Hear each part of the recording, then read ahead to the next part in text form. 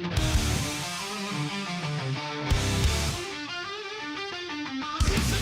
Thursday night. I see Crispin's wearing tights. Spam is getting in the bath. Young David's full of wrath. Paul is tightening his straps. Where on his apron you saps.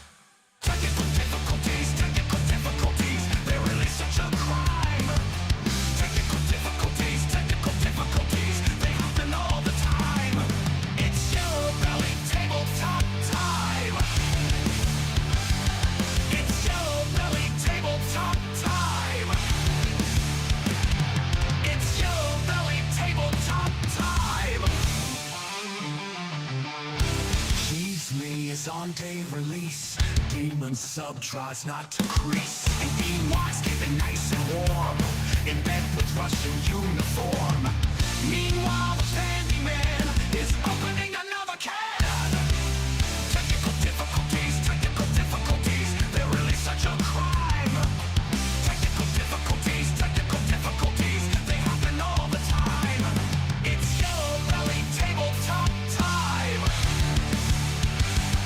It's Yellow Belly Tabletop time. It's Yellow Belly Tabletop time.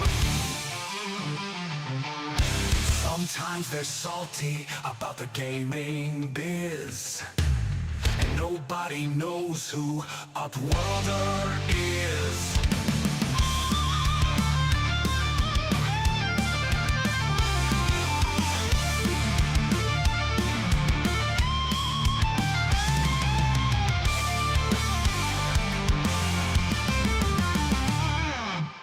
Technical difficulties, they're really such a crime. Technical difficulties, they happen all the time. It's Yellow Belly Tabletop time. It's Yellow Belly Tabletop time. It's Yellow Belly Tabletop time.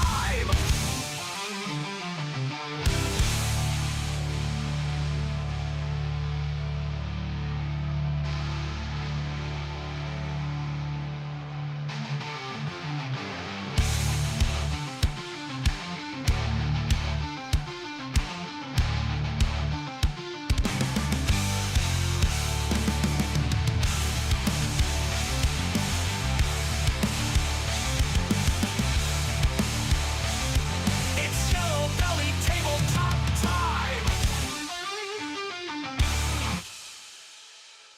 Time. Now then, good evening, everybody.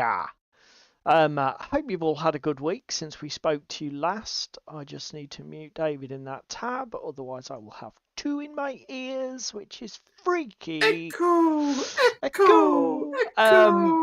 So yeah, good evening, everyone.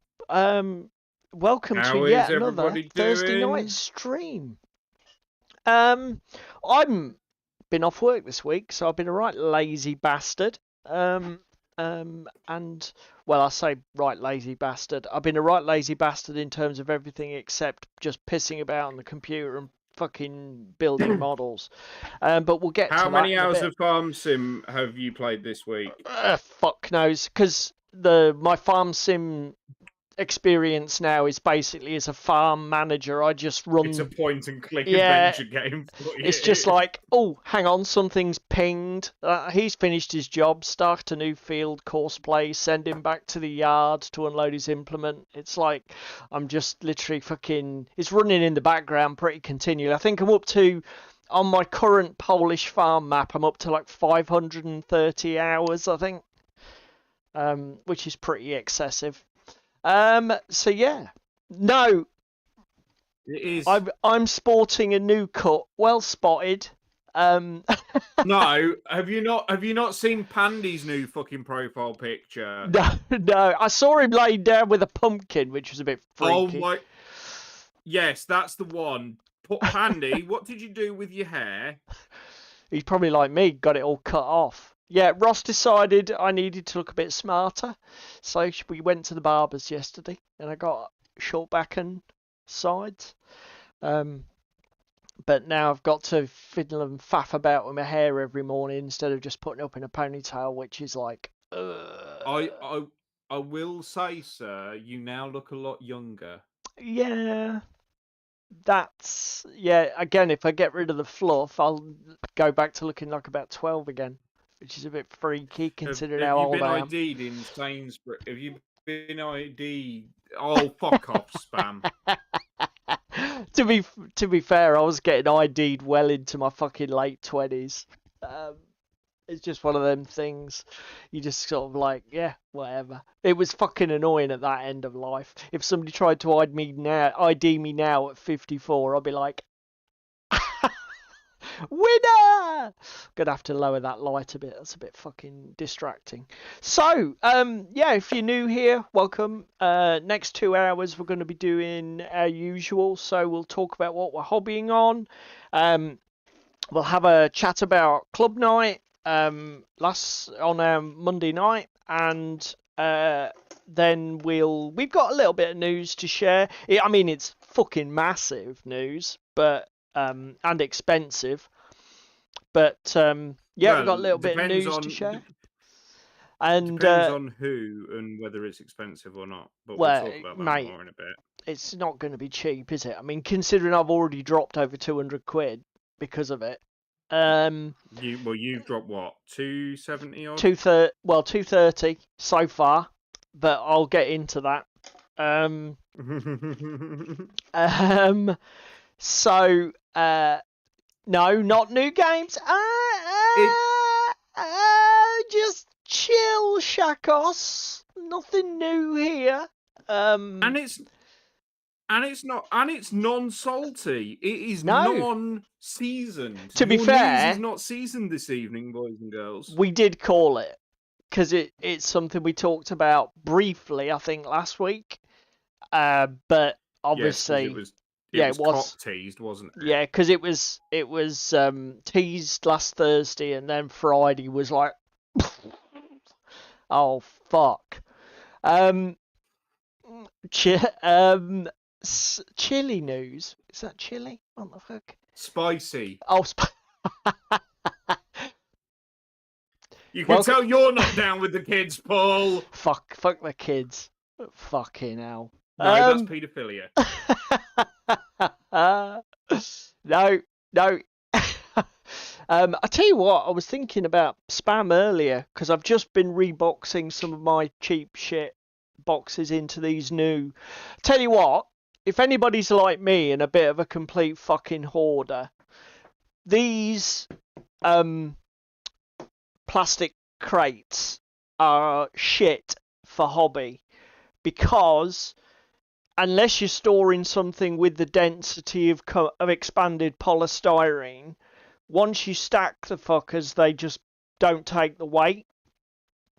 I have discovered a range of crates from a company called toughcrates.co.uk. I think each individual crate can take 50 kilos of load on the lid. They are fucking amazing. They're not cheap, and I am slowly, you can just see them in this shot here. I've covered up the Tough Crates logo with sticky labels because the other drawback, they're not transparent. They're solid black plastic. Shackles is shouting at you that you've done wrong and you actually need really useful boxes. No fucking really useful boxes. They're too small.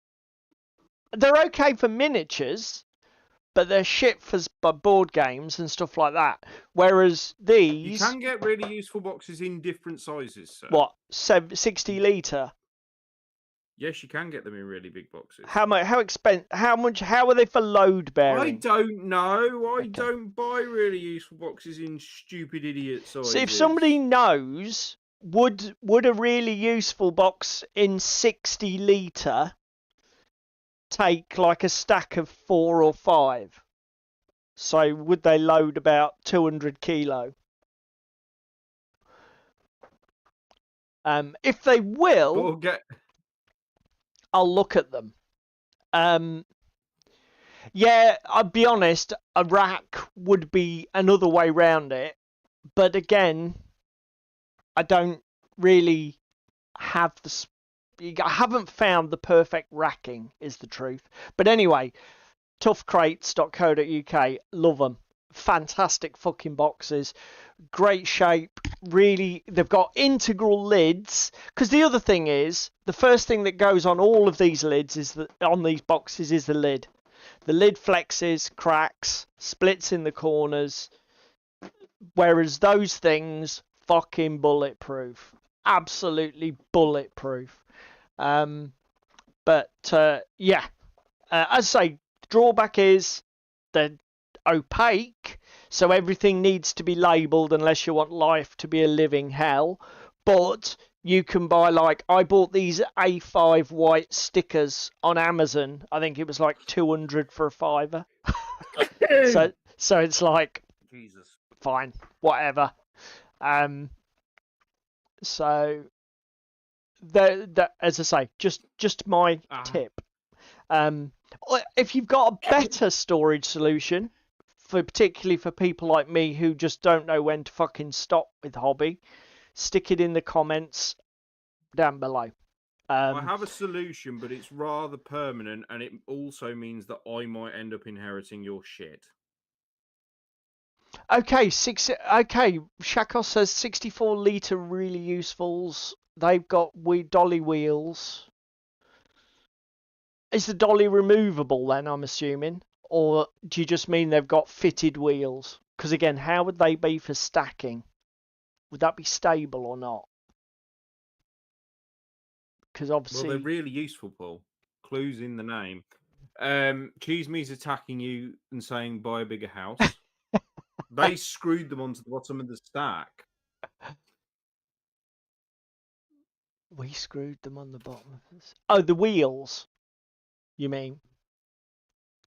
I assume that's what you mean. Actually, Paul, there's a radical idea. We should have a look at some really useful boxes for fitting in the cupboard for club. Yeah, we should actually. If they go as big as 64-litre, that's actually a useful size. And again, I imagine they're online from about 5,000 different retailers.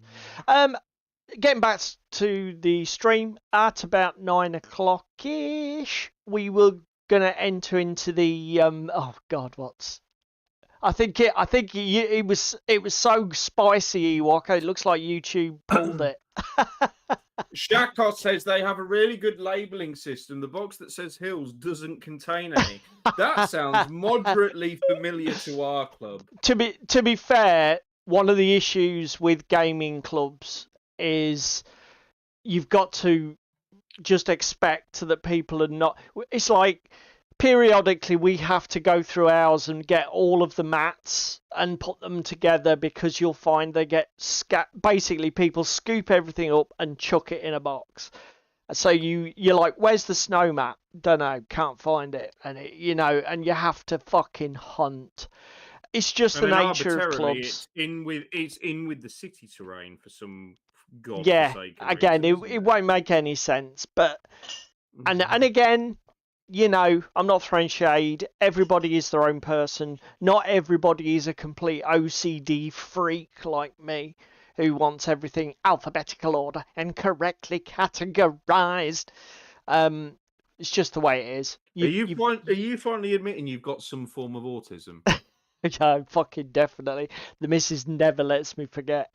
Yeah, I mean, that's what you want, Pandy. Again, I just look at them, they are another of my hobby investments. Even if I end up getting rid of the odd thing here and there, I will always need storage. Whether I'm moving shit to and from club or just... I mean, again, even if I decide, I've really got to retire some of this stuff to the garage, you can't ever have too many of these things, to be honest. And these will outlive me. They are fucking insanely robust. The clue is in the name, I guess. So yeah, as I was trying to say, about 9 o'clock we're going to do the main topic. It's it's related to club night actually, but it's a bit of a waffly one. Feel free to chime in. We're taking a bit of a left turn for our stream, and talking about role-playing games, which we do not often talk about or spend a lot of time on, and that's really the nature of the discussion tonight. Hence the title. Giving you a peek behind the curtain into 2026, boys and Yeah, girls. more than fucking likely. Let me go first with what we are working on. So, see if I can show everybody. Saga Age of Vikings is gonna get to the table. So I am a bit under pressure because I think I've basically got 10 days, haven't I? Something like I don't even think it's 10 days, mate. Let's go have a look. that. No, it won't be because. Oh yeah, because Monday. No, it's this Monday coming, isn't it? It's literally fucking Monday, mate. It's literally fucking So Monday. I have to assemble and paint 2 Saga warbands so that we can play Saga in about 4 days. Dude, Yeah. do not feel bad because Fallout, I didn't get everything primed. I got some base coats on a lot of things, but I didn't get everything primed, did I? So don't feel bad about it, dude. I'm still aiming for it, whether I hit it or not. So, what have I got? I have the Anglo-Saxon stroke Anglo-Dane box from Gripping Beast. This is plastics, which I'd forgotten. I was Why is it every time somebody says Gripping Beast, I just think of like a fucking sex toy manufacturer company using that name, not a miniatures company. Just saying. What these would be good for Saga? What's he on about? What?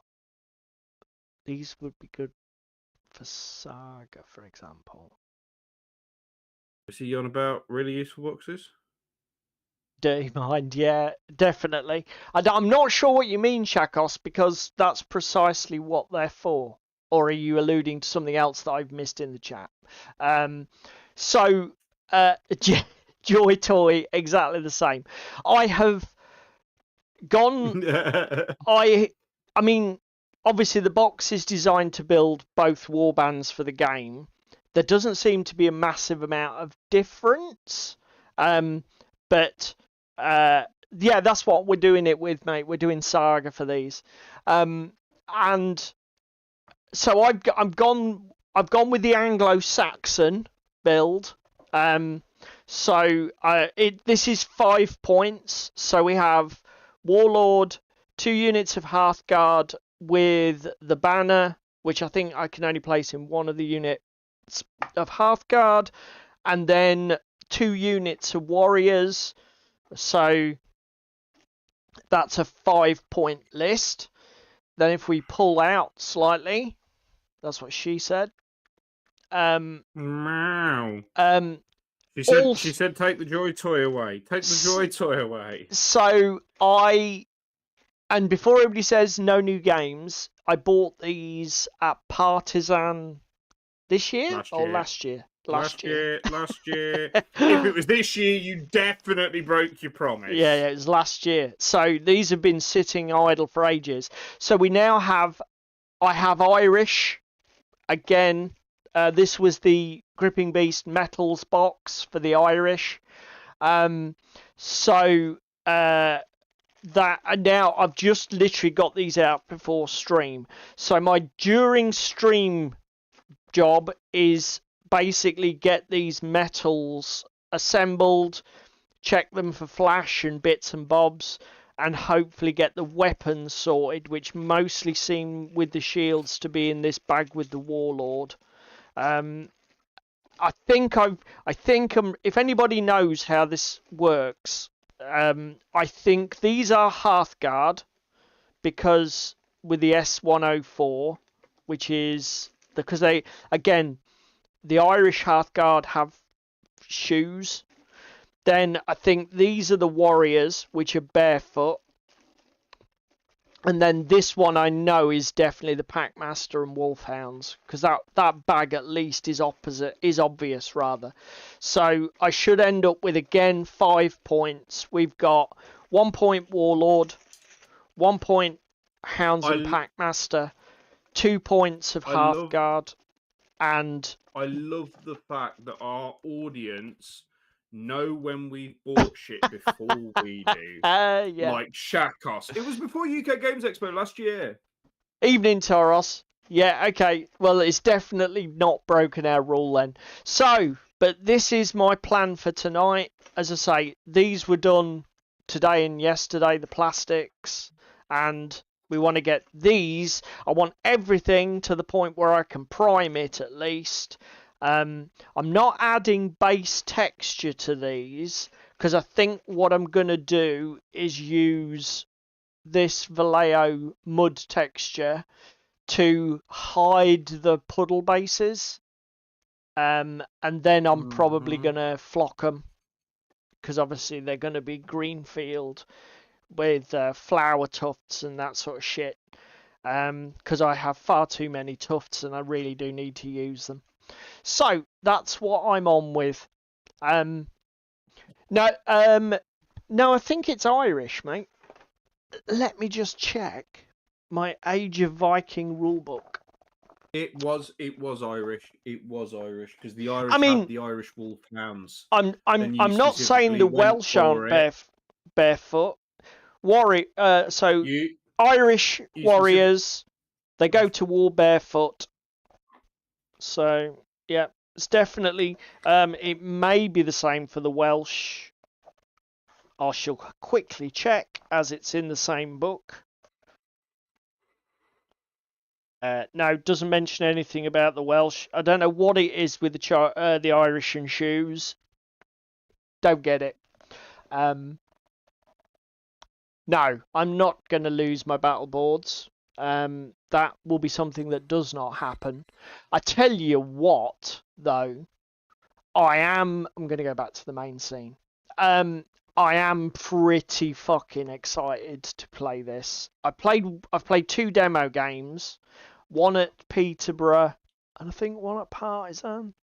And I have loved playing this game. I love the battle board mechanic. I love the fact that the troops are really simple.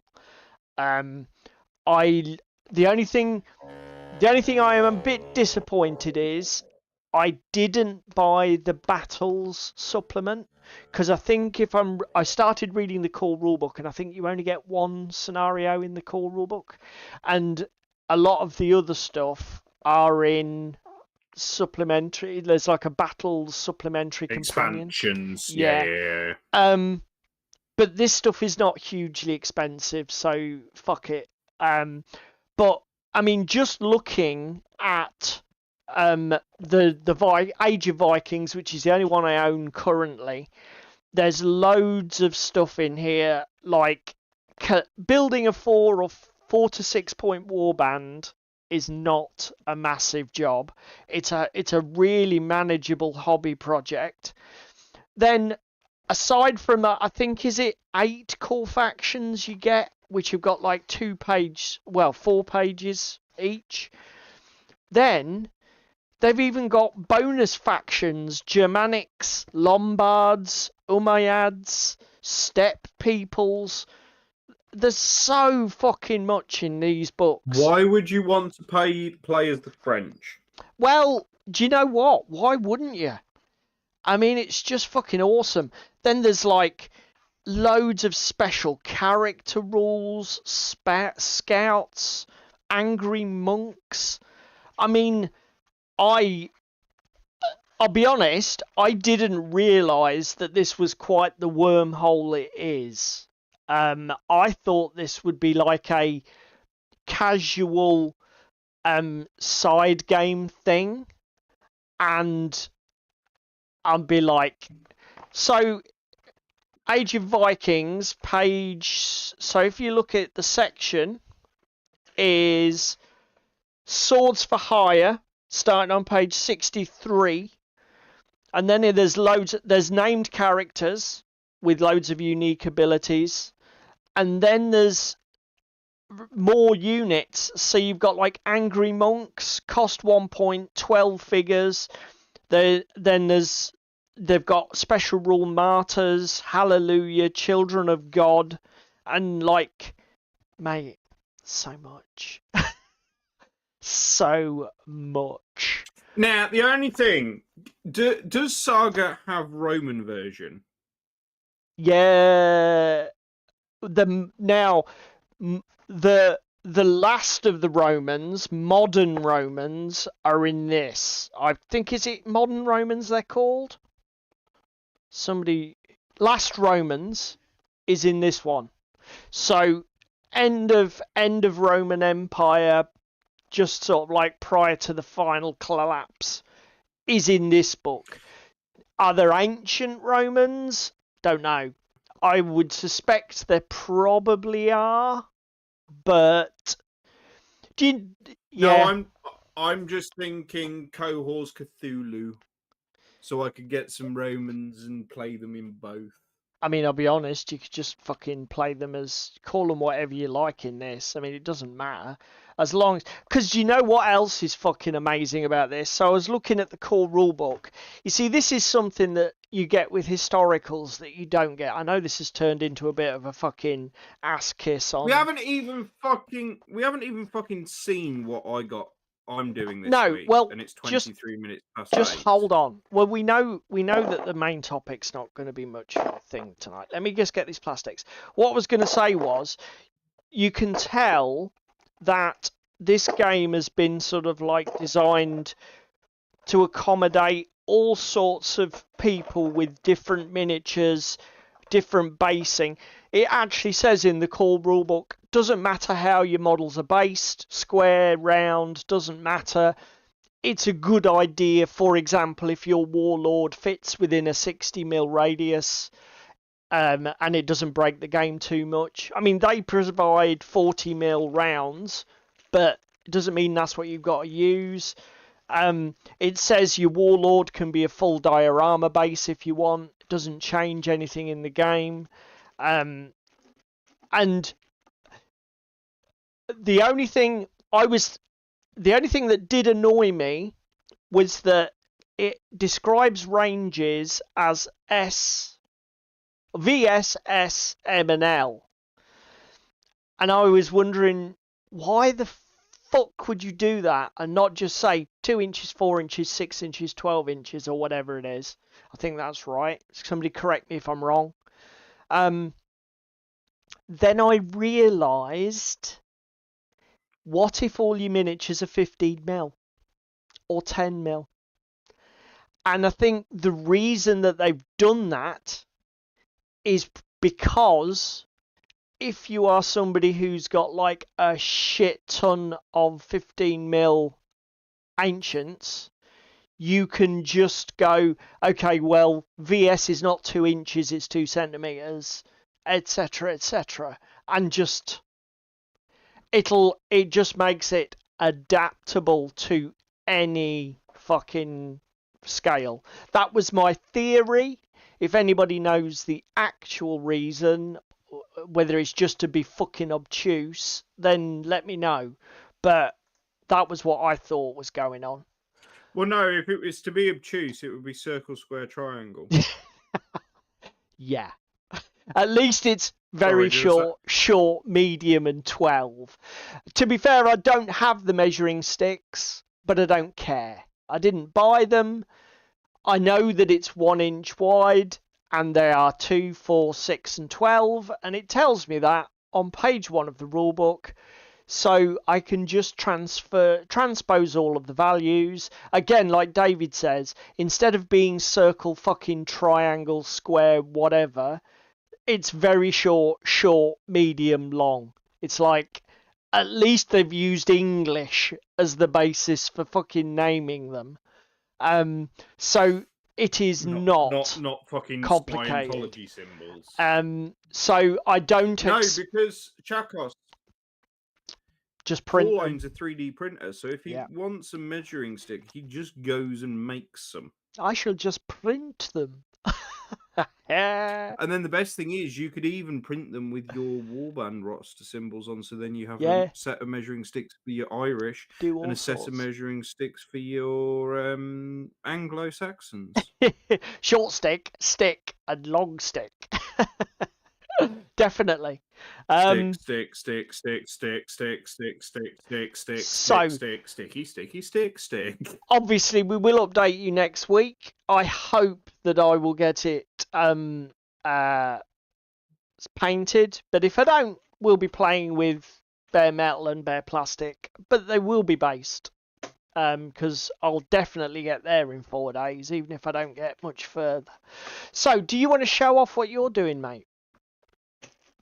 I shall get rid of my phone. Yeah, come on down. I'll wash my brush out. I'm gonna need my So, eyes. boys and girls, we I'm gonna had need painting my magic we had goggles. painting competition.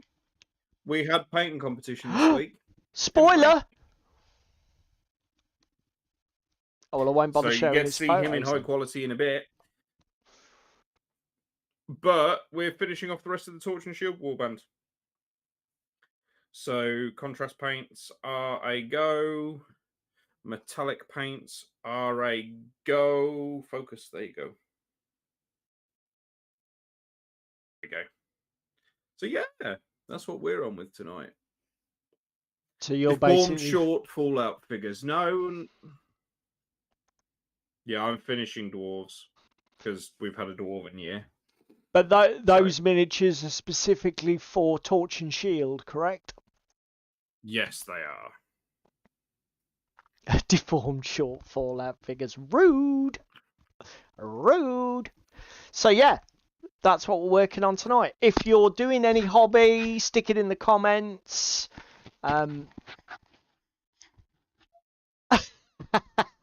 Matthew says, to be fair, I use sticks now, knock too many miniatures over with my tape measure. Yeah, don't worry about it, mate. To be do you know what? When they said it doesn't matter, just put them on squares, I did think, ooh, should I put them on squares? But no, I'm just going with the gripping beast round plastics because that's what they've supplied. And do you know what? They're such little projects. If I do end up going fucking mass battle ancients, A, I'm not sure I'm doing it at 25mm, but B, I'll just buy some more models. So yeah, let's crack on. So club night.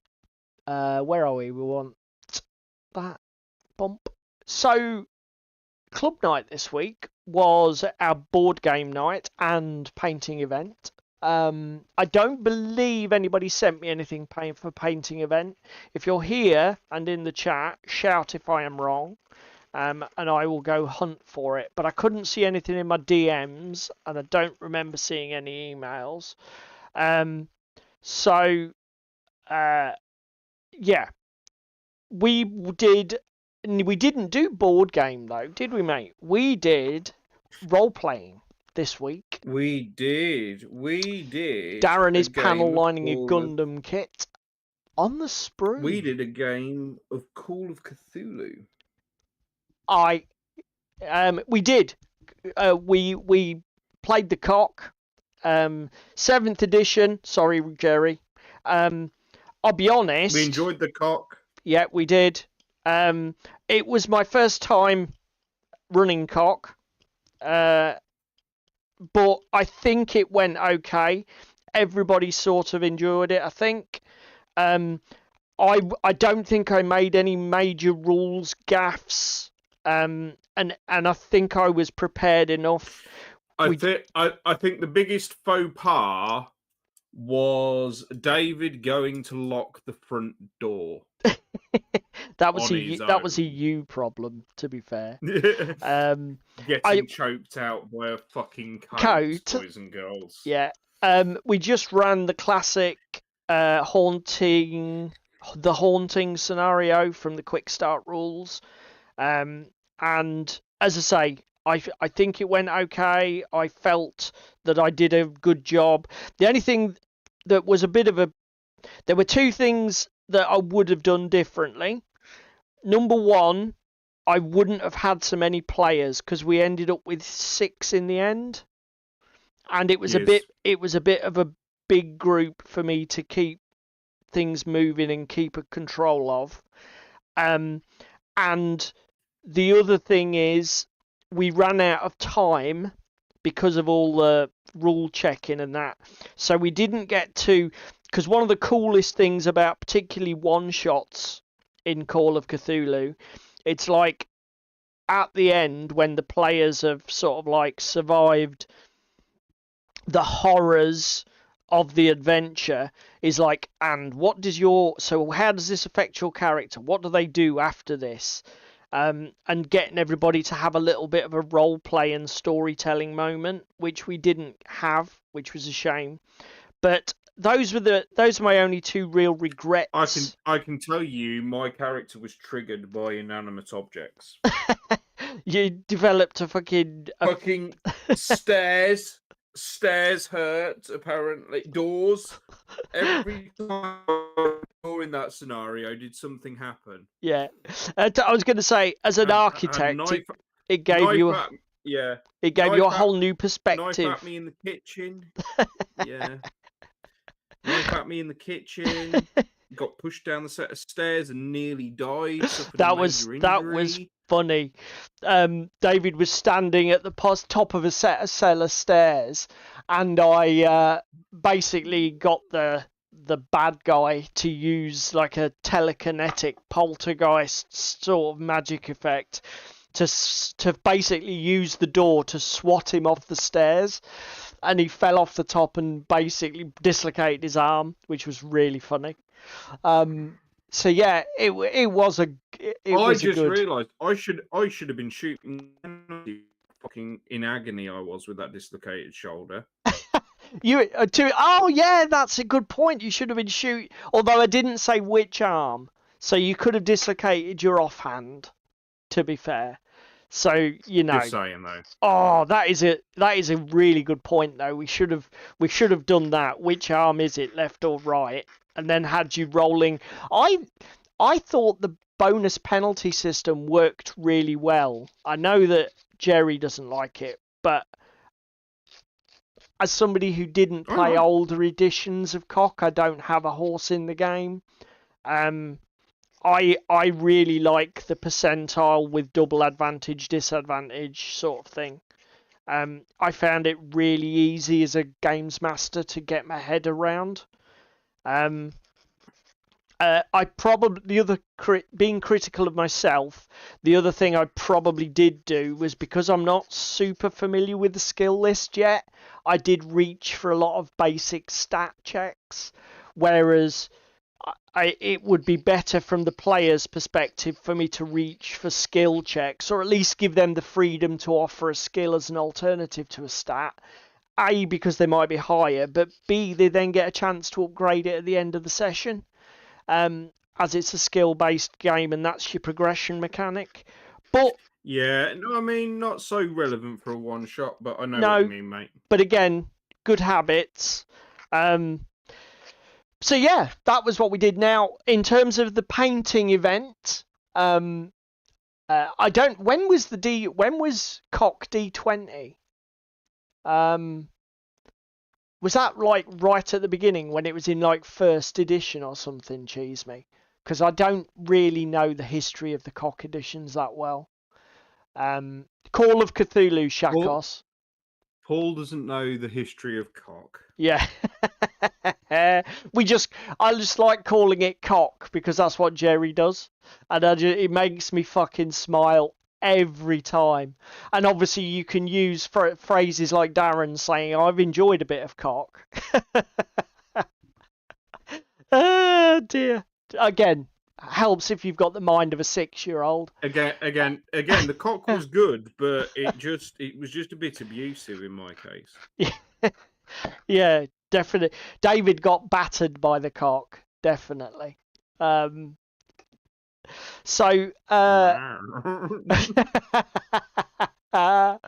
I might as well put my plastic cement away. I am not going to be using it.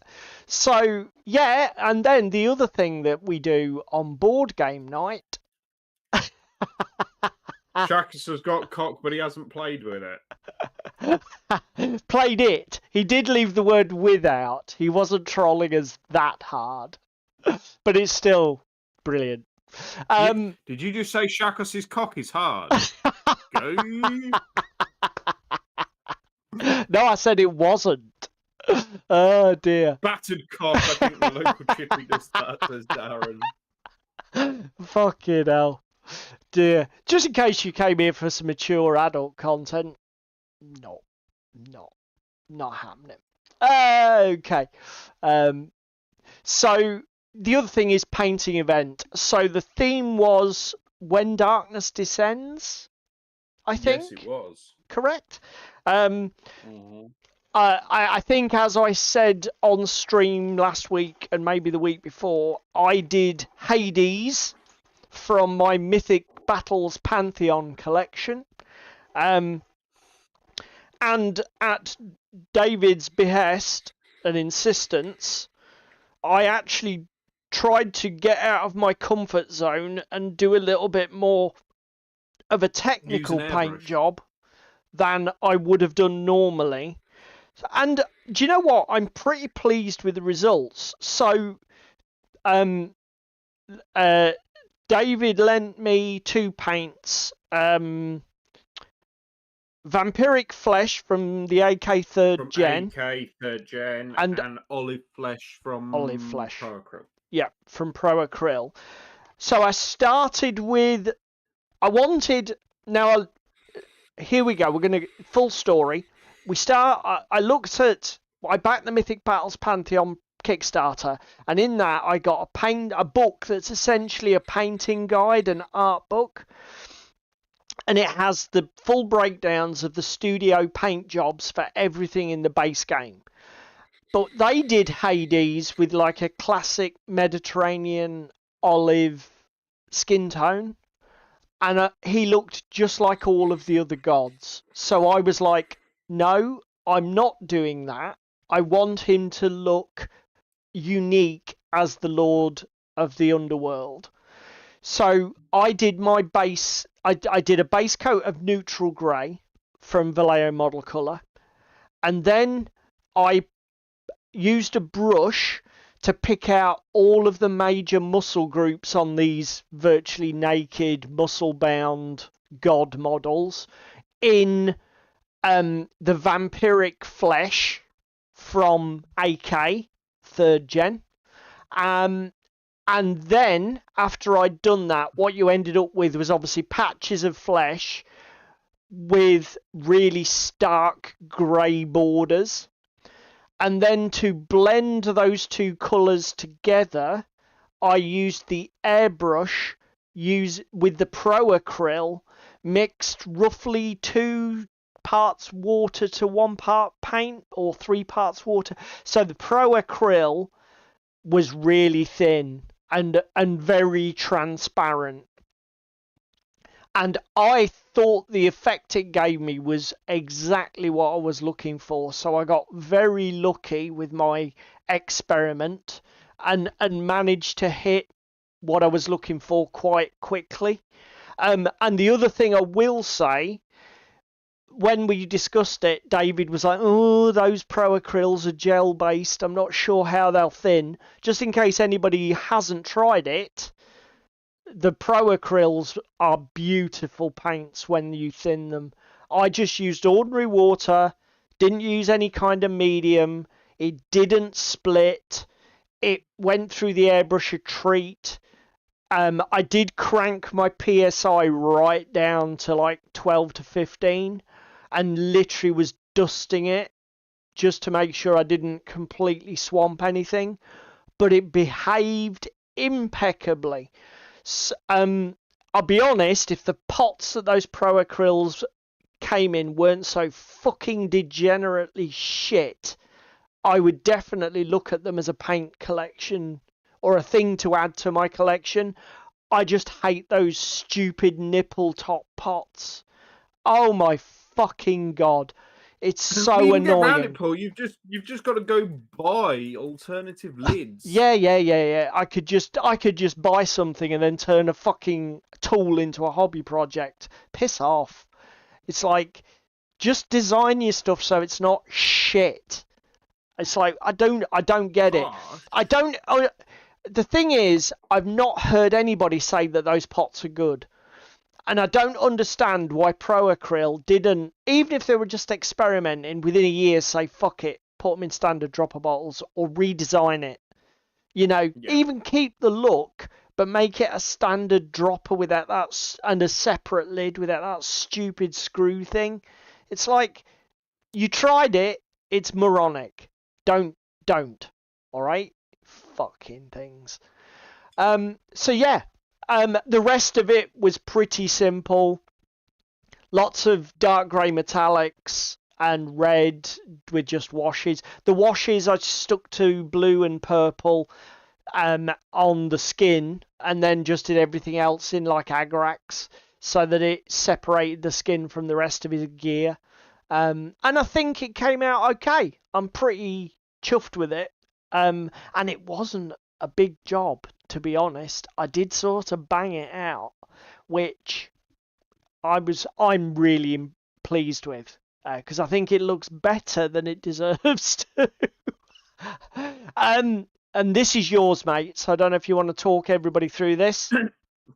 So this is the leader, I think they're Grey Thanes, for my Torch and Shield warband. He's armed with an axe and he's got a cape, and it was a relatively quick paint job.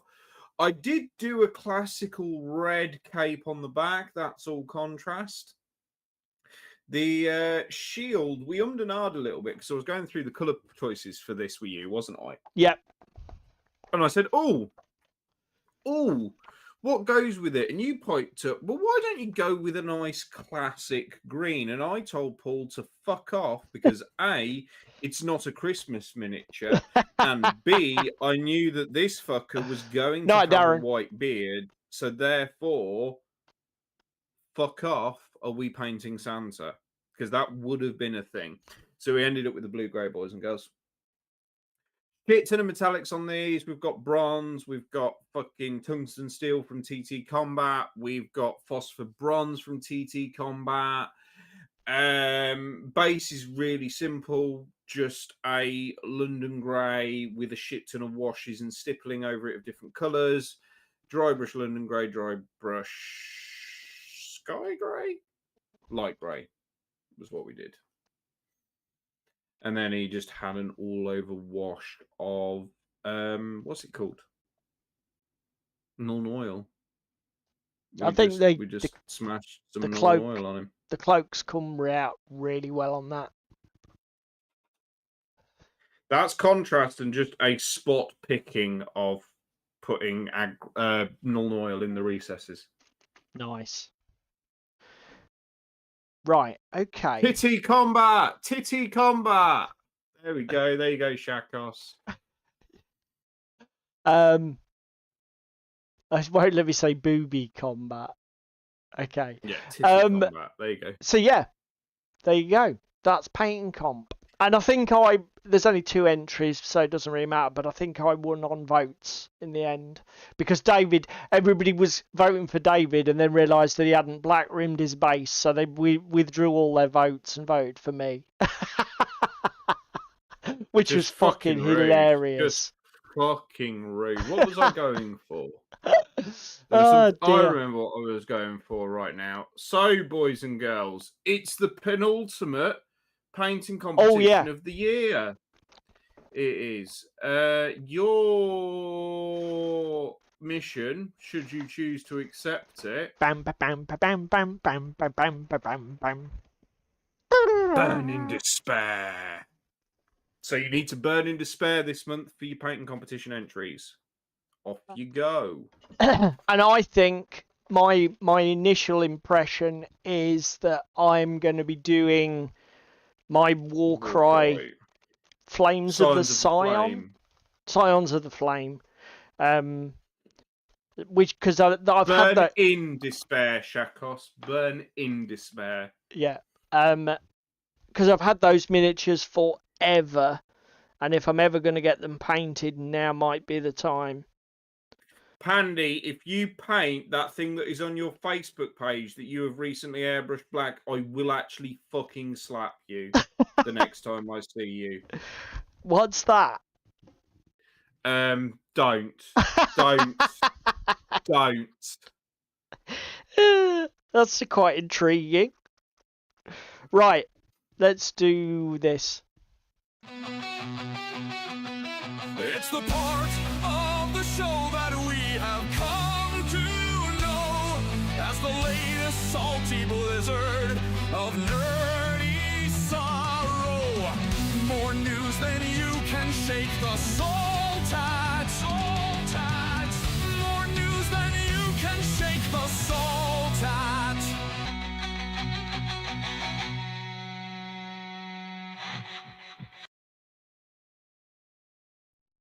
Right, let's talk about some news.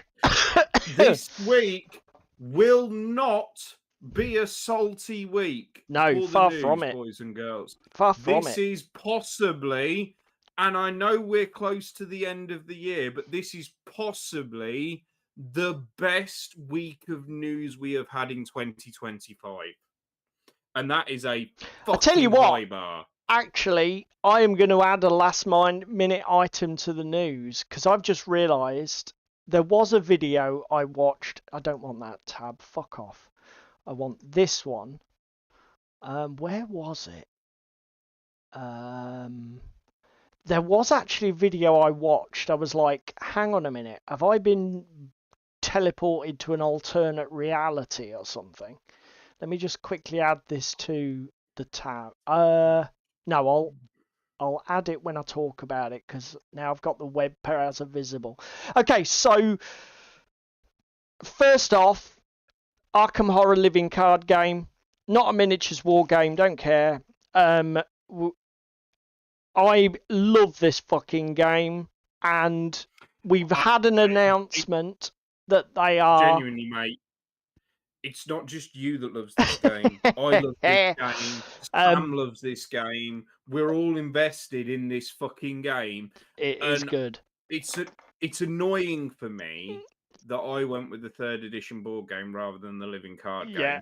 But I already knew you were into the LCG. Yeah. So it's pointless me dipping my toes. We've already Having seen this news this week, though, I might dip my toes for a core set. Do you know what, mate?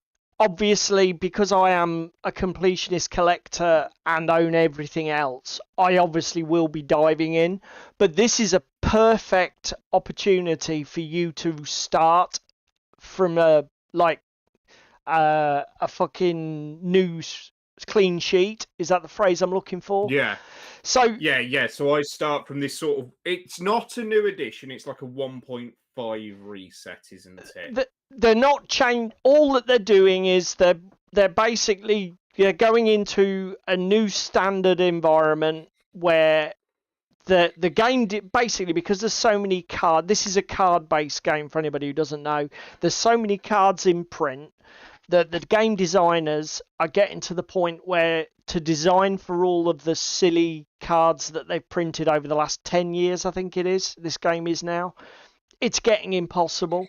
So what they've said is we're going to do a reset, and basically we're going to include the last 3 campaign box releases, I think it is, and we're only going to design with those cards in mind. So if there's some broken shit that comes before, you can do that if you want, but don't come crying to us.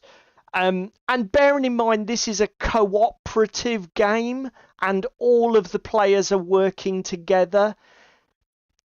I mean, does it matter? Really? I tell you who will be salty about this, though. Who? Spam. Why? Milan is being replaced in the Rex deck. Yeah, but I mean, we can just play. We can play Legacy. We can play Legacy. It's fine. I own everything, so it's fine. To It be doesn't fair, matter. the Milan replacement isn't even that bad. It just tones it down a little bit from rather than any time you complete an investigate action to succeed by 1 or succeed by 3. Yeah, And I yeah. mean, if you're Rex, you want to be succeeding by more than fucking 1 anyway. To be So, fair, in though, for a penny, in for a pound. Rex is technically not. Spam's just coming to chat. My Rex. Rex isn't even in the game anymore, dear. Rex is gone. Rex is dead. Rex is in Legacy. But as I say, I have the full collection. I own everything. I have no intention of shelving my Legacy cards and never playing with them because I wasn't the guy that built my decks the optimal way anyway. I always built for fun and to try different themes. So it doesn't matter to me. But to to sort of scale it back so that new players can come in, I think this is brilliant. Do you know what? That- I think FFG have handled this really well, considering the way that these card games are marketed. It's really difficult to keep momentum going and to keep old players happy, but not have new players take one look at it and go, oh, there's fucking far too much of that. I can't even begin. Wow. Wow. That's strong words from my other half in chat.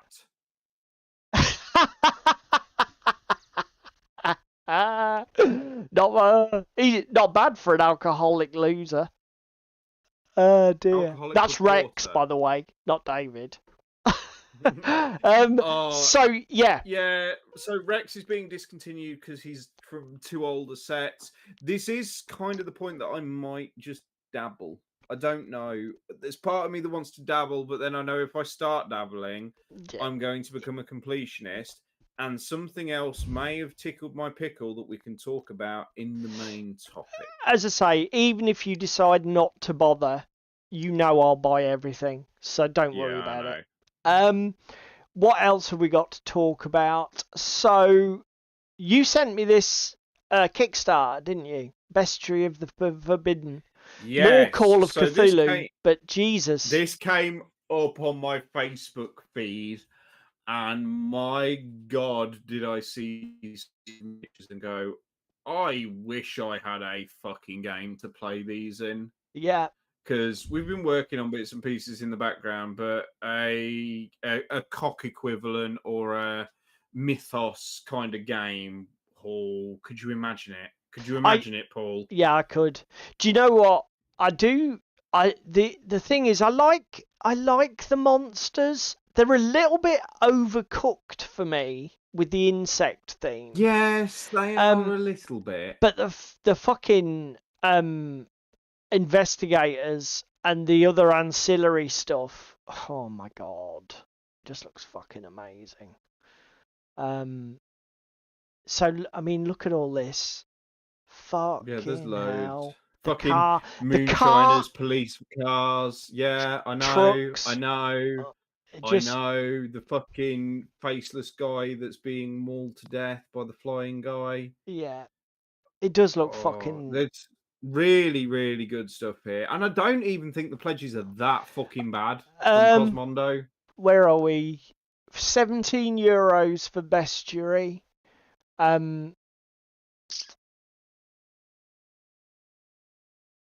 Where are all these add-ons that you pay extras for? No, I think they're included. So it's Oh, no, it's just €17. Don't know. But yeah. That's fucking nuts. I know, right? Huh. Yeah, corset monsters and all stretch goals. Oh my god. Yeah.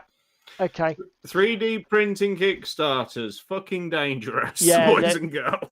I'll be honest, it's a good reason not to get into fucking resin printing, because it just opens a can of worms that you need the discipline of fucking, I don't know what, to stay away from. Then we've got the big news. TT Combat's Oh, Chroma. So we talked about it both briefly last week, and I said, both take me my and money. you are now penniless, but Yeah. for differing reasons. So TT Combat sneaked a little announcement about the Chroma treatment coming to their Carnivale MDF kit terrain range. And obviously the full news dropped on Friday. I've already dropped 230 on this, which is the core set, Venetian Quarter. There's some really nice stuff in this, and I'm shocked that this Chroma stuff hasn't just been like a reskin of their OG Carnivale terrain. Some of it is to a degree, like the big Casa Bella Tower and bits and pieces. But that dockside wharf with the curved arch, man, Yeah, that is gorgeous. That is something we've not seen before from TT Combat and Carnivale terrain. And oh my god, can you imagine parkouring along with that and some gondolas and chaining your actions as you're running across that kind of thing? And I tell you what else is nice. Crispin, Crispin, shut up. That monster's coming out of the bag in a minute. Spoilers! Yeah, I mean, I tell you what I like as well here. You see this building? I'm assuming that's probably one building or one kit that sits on a base piece. But you see they've got the height differences with the gap. I like the way they've started to design the gap. They've designed these leaping and jumping opportunities in single pieces, which is an absolute, obvious thing to do, but it's really good. I don't.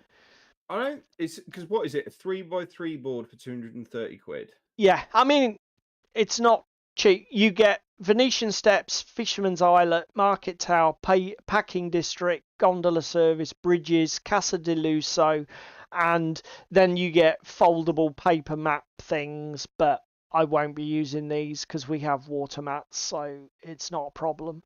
To be fair, probably a good thing just to yeet into the club cupboard. Yeah, definitely. But the thing is, right, I've already dropped the money on this, but now let's get to look at all this other shit.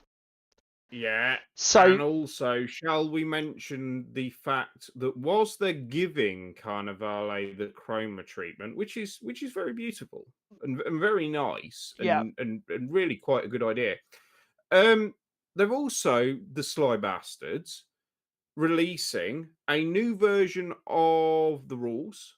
So they've got a new tweaked A5 mini rulebook. They've got a new starter set coming with patricians and doctors, which is right up my fucking alley. Oh yeah, because that's coming. Let me big creatures for the. Let me see if I can find that. Now what is it? Go to the T. Go no, just go World's TT Combat. Just Carnival. click. Just go TT Combat, and it's on the front page. It's in the new releases section. On the home. It's on the home page, mate. So just click on the logo at the top, scroll down, and then it's in the new release. World's Fair After Party. That's right. Yep. And actually, boys and girls, the miniatures are not in resin. Yeah. The miniatures are in plastic. And I'll be honest, mate, I don't know what you think, but I think this ties into the other piece of news that came out as well. Yes. So, obviously, Carnivale has made the move to hard plastics. So the other thing that they announced was STLs. So they're on My Mini Factory. David is now a penniless person because David is subscribing to this as soon as fucking possible. Yeah. So you've got a welcome Welcome pack. pack. Welcome pack contains the old starter set plus some one-off sculpts. Yeah, you got alternate So sculpts. alternate exorcist sculpt, alternative plague doctor, alternative Strigoi miniature, and some gondolas and stuff. So that's cool. It's not a new game, Shakos. We already own it. We already own a ton of this. Then you've got so this your welcome pack. I haven't yet, Crispin. Oh, that's Yeah, a lore thing. And then each you've got month they are releasing a new bit of thing as part of like a tribe, similar to like a Patreon subscription. So November's release, we've got a cupola tower, some Venetian tiles, we have some bridges. Do you think this stuff left DM? There's only one way to find out, mate. Oh, look at it. To decorate The wall your fucking panels. Yeah. Oh yeah, my god. yeah. And then you get an alternate mini. So is this is going to be a subscription thing, is it? Where you just pay and Yes. Do you know how much it is yet? $11. A month. Yeah. Okay. US, presumably. Yeah. $10 monthly. Yeah. $9 if you subscribe yearly. Plus VAT. Okay, yep. I might do the year subscription. Yeah, you may as well. I mean, fucking hell. The thing is, particularly if they're putting terrain in it, because even if you don't want any of the models on a particular month, if they're bleeding terrain pieces out drip feed style, you've got no idea what might be coming. Well, again, the other thing is, right, I'm just looking at it from my point of view. I have Patrician's Doctors, Spam has Guild, you have Strigoi and the Vatican. Yep. The only faction not covered is Rashar. Yep. So far. 5/6 of that per month is usable in one form or another. Yeah. But yeah. And this is why I will be a poor man. I'm glad. I am actually shocked TT Combat are doing this.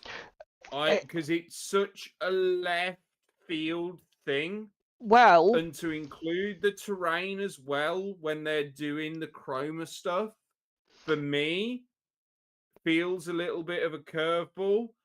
But the other thing I'm here for, and I'm just slowly vibing away in the background.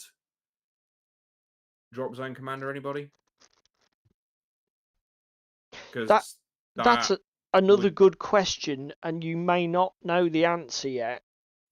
Will it be like all of their games for the money, or do you have to subscribe to each game? Do you think? We'd have to see. We don't know yet, presumably. Yeah. Toros, to be fair, I wouldn't be surprised if people weren't buying the physical models. Look at the several ranty sessions we have had regarding their quality control lately. I'll be honest, the other thought I had is maybe, so just bear with me.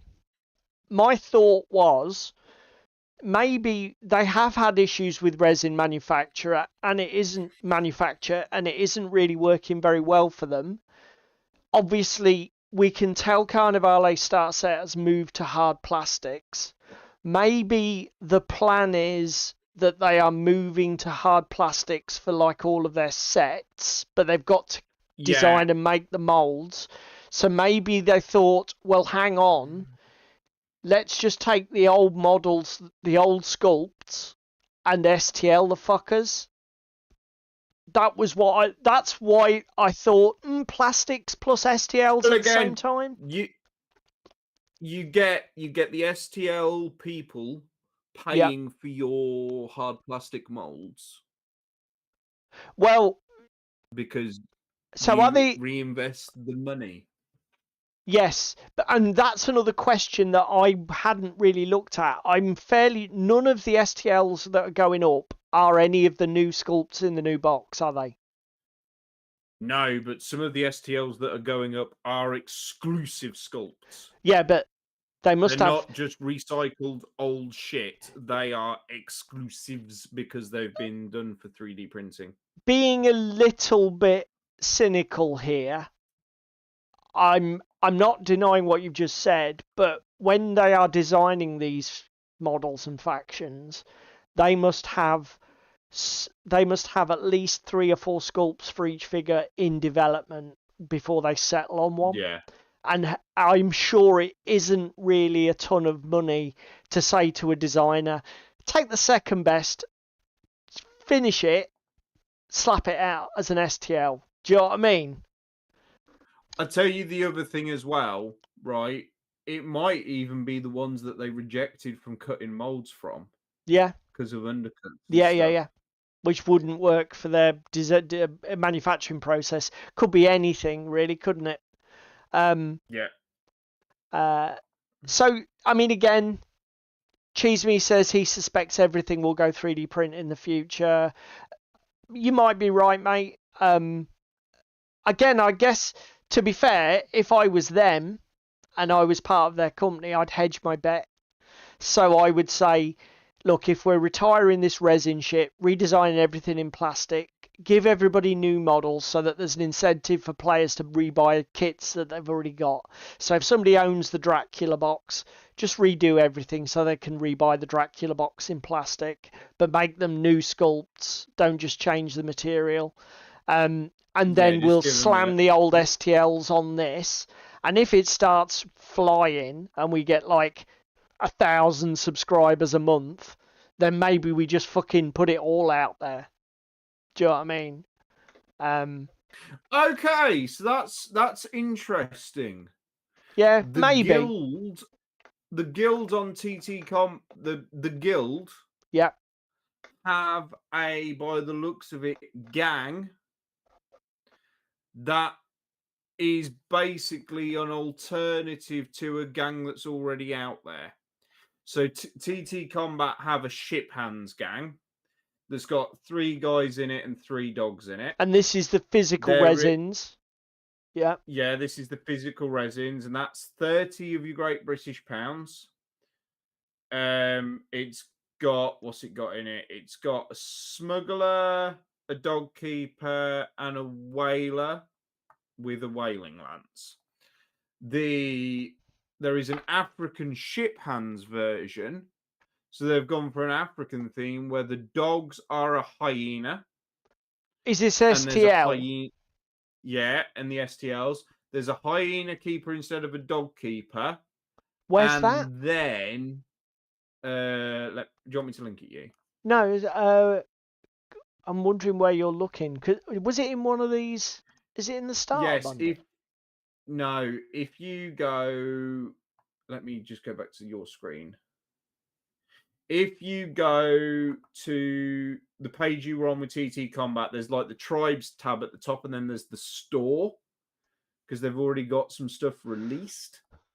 775. Got you. Then click on it's guild. in the store, and then it's in Jesus guild Christ. section. Okay, so there is 75. Yeah. Okay, I'm with you. Got you. Huh. So they've done an alternative sculpt for the gang by the looks of it. So this is all a hyena set.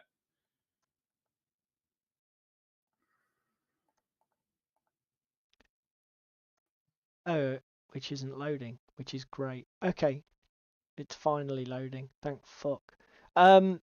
Right, yes, so I can share that with the peeps at home. So this is the original night, cheese me.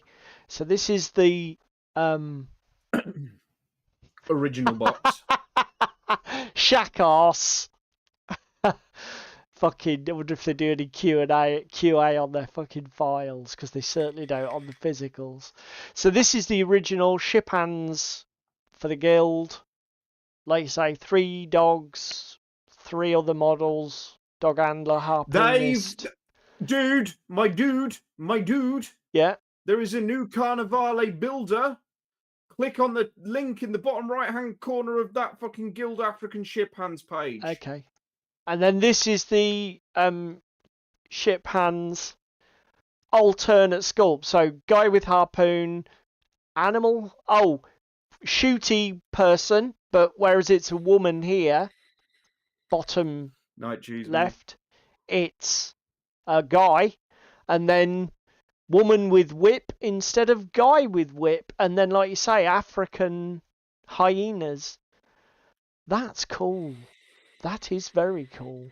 I like the idea of just doing alt sculpts for the same thing. And if we do this, oh, new list builder. okay. New list builder. Let's look at this. Strigoi. Let's go 150 ducats. So we've got leaders. Where's Dracula? Quick recruit. So we've got Dracula. Then what we got? Heroes. So we can have Miriam because she's broken.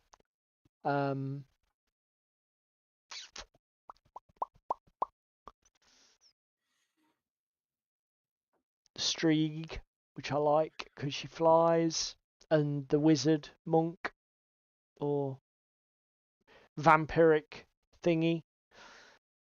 What does this look like down the bottom? Okay, cool.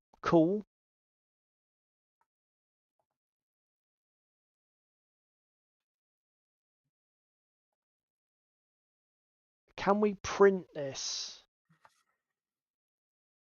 I just wanted to see what the printed version looked like. Am I missing it?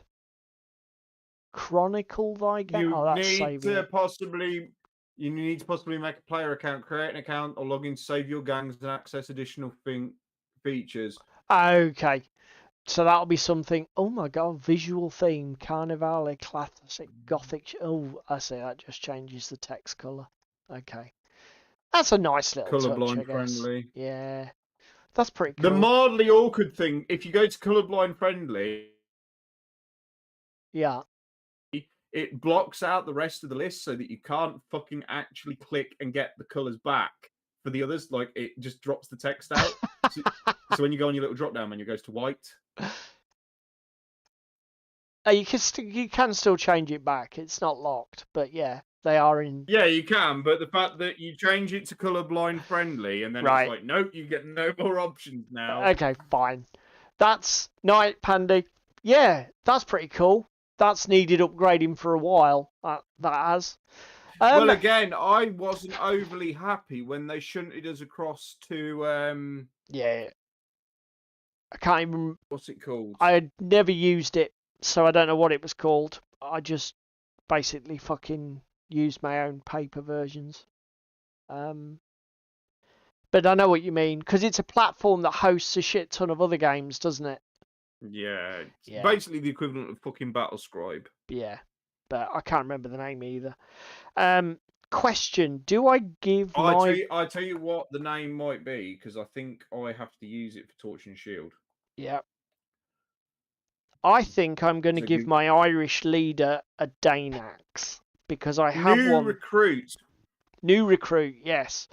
So I'm going to give my Irish leader a Danax because I have one that I didn't use for my Saxons.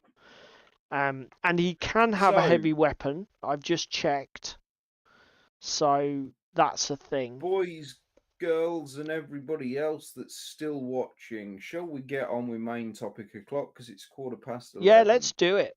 I mean, to be fair, I didn't mind running over with the news because I say main topic's going to be a bit waffly. So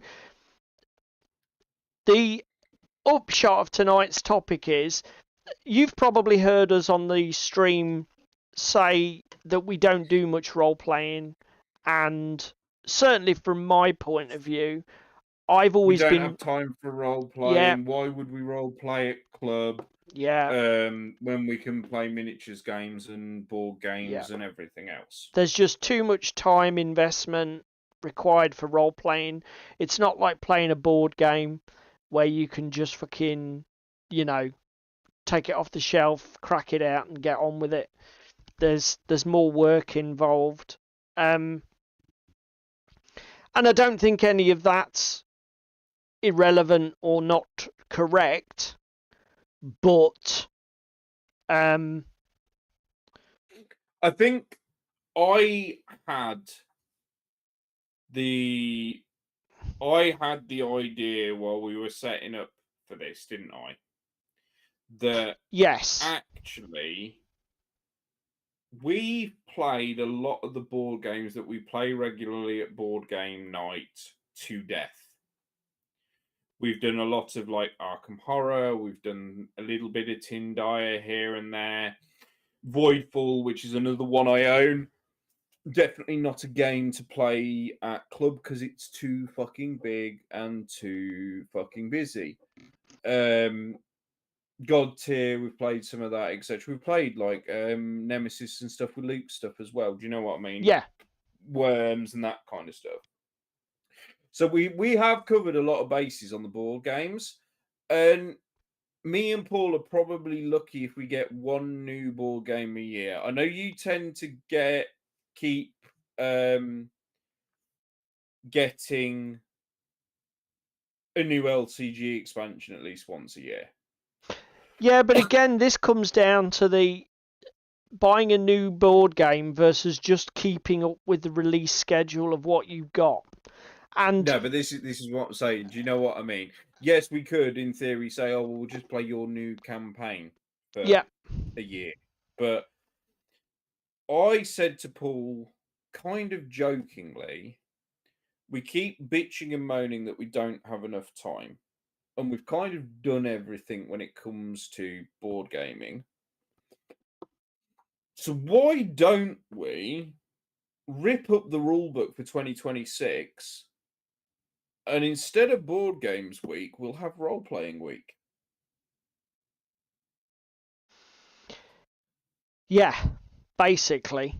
And I'll be honest, so like when you said that, here's what went through my head.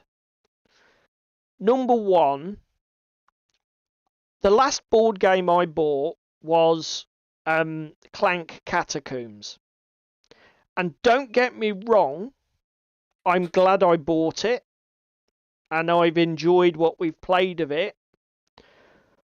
But I really don't have a passion to buy a lot more board games. Do you know what I mean? I can't think of a board game property that I am killing myself to purchase. The only one that I think about getting into is another Cthulhu board game. Cthulhu Death May Die. The problem with it is it's a shit ton of miniatures. And do I need another miniature-based board game? Don't want to piss on your bonfire, but how's that Mansions of Madness going for you? Exactly. This is precisely what went through my head. It's like, well, hang on a fucking minute. So that was the first thing, is like, do I really have much room left in board games for me to expand into, or am I pretty happy with the small selection I've got? And I keep coming round to that. I'm okay with what I've got. Do you know what I mean? Plus, and again, let me just go on. Yeah, I was going to say there's an argument to be had here, because I'm just thinking out of your collection, the couple of games that we haven't really got a use out of. Frosthaven and Gloomhaven. Yep. Both tick this RPG aspect, this legacy board game that changes and develops, and it's a story as you go through. The biggest downside, how much of a fucking bear they are to set up, let alone play. I'll be honest, so that's not the biggest downside. the biggest downside with Gloomhaven and Frosthaven, well, Gloomhaven is it's just not that good. And it's not that good to the point where it's put me off exploring Frosthaven, despite everybody saying, oh, Frosthaven fixes a lot of the problems with Gloomhaven. And it's like, well, that's fine, but I've already been burned once, and I'm not that keen And to it's go also- back. The other thing as well is it's a fucking low bar to step over. Yeah. Do you know And what I mean? I'll be honest, you're right about how much more use do we get out of that at club. I would never take those games to club. A, there's too many components to lose. B, setting them up is too hard. David does keep dropping out a couple of times. He's gone a bit crackly. I don't know if it's his internet or what, but it has happened to me as well, Upworlder. What was I going to say? So, and then the other thing is, how much fun was Monday night? And how much fun was it when I ran that taster game of Dungeons and Dragons? I really enjoyed it to the point where I'm thinking, I enjoyed that so much. Why the fuck am I not doing more of this? Do you know what I mean? Again, I think the thing that I said to you and prefaced it to you was, we would not commit to doing a campaign once a month for 12 months of the year. No. It would be a series of 12 one-shots. I think that will work better. Drop in, drop out. Do what we want. If somebody's into sci-fi, go for it. If somebody's into fantasy, go for it. Yeah. Take turns between me and you DMing. Yeah. And that's before we even get other people involved. If other people want to jump on the bandwagon and DM as well. Yep. Of that back and forth and taking the load off for each other. Again, the main reason we do board games night is to take the load off for one night of the month. Yep. It's one less night of headspace that we have to have and prep for and everything else.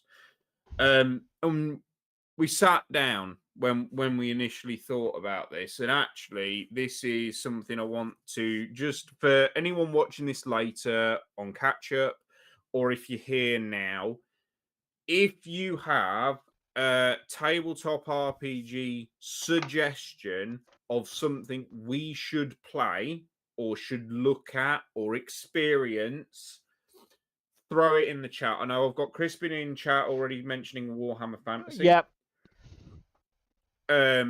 We just ran through quickly. We've got Alien, Teenage Mutant Ninja Turtles, Cock, D&D, both 5e and Paul's old style Beckme, of old school.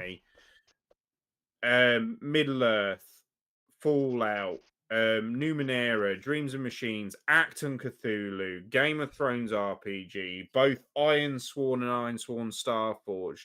Shakos is here shouting about Black Seas. Go and be proper pirates with ships and rigging. Blood and Plunder.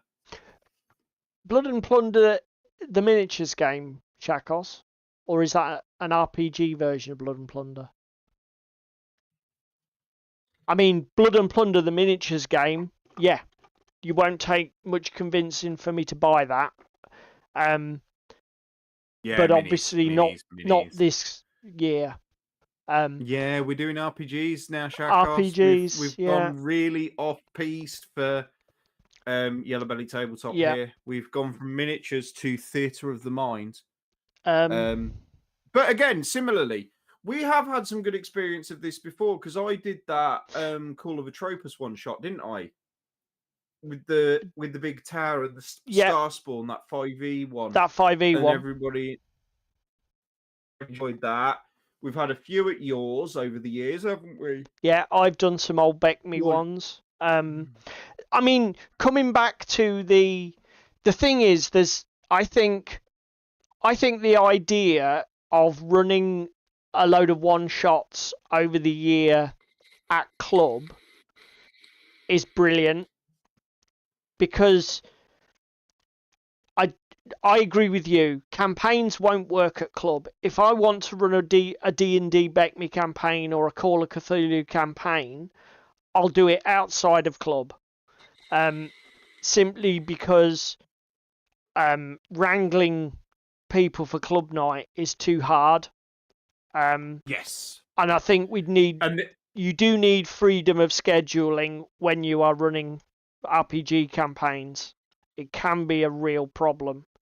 no, and again, I think this is the reason why I've also suggested it just replace board game night, because Yeah. again, we're all on the same page. It's not like we're trying to shoehorn this in Yeah. mid-month or tail end of the month in addition to our normal miniature gaming and our board game night. Yeah. And it's, to be fair, it's only you and me, and obviously any players that want to jump on board. People can always feel free to play board games or Blood Bowl or whatever the fuck they want to do. It's not like we're saying, no, Yeah. you've got to play an RPG tonight. They can do what they like, can't they? Yeah.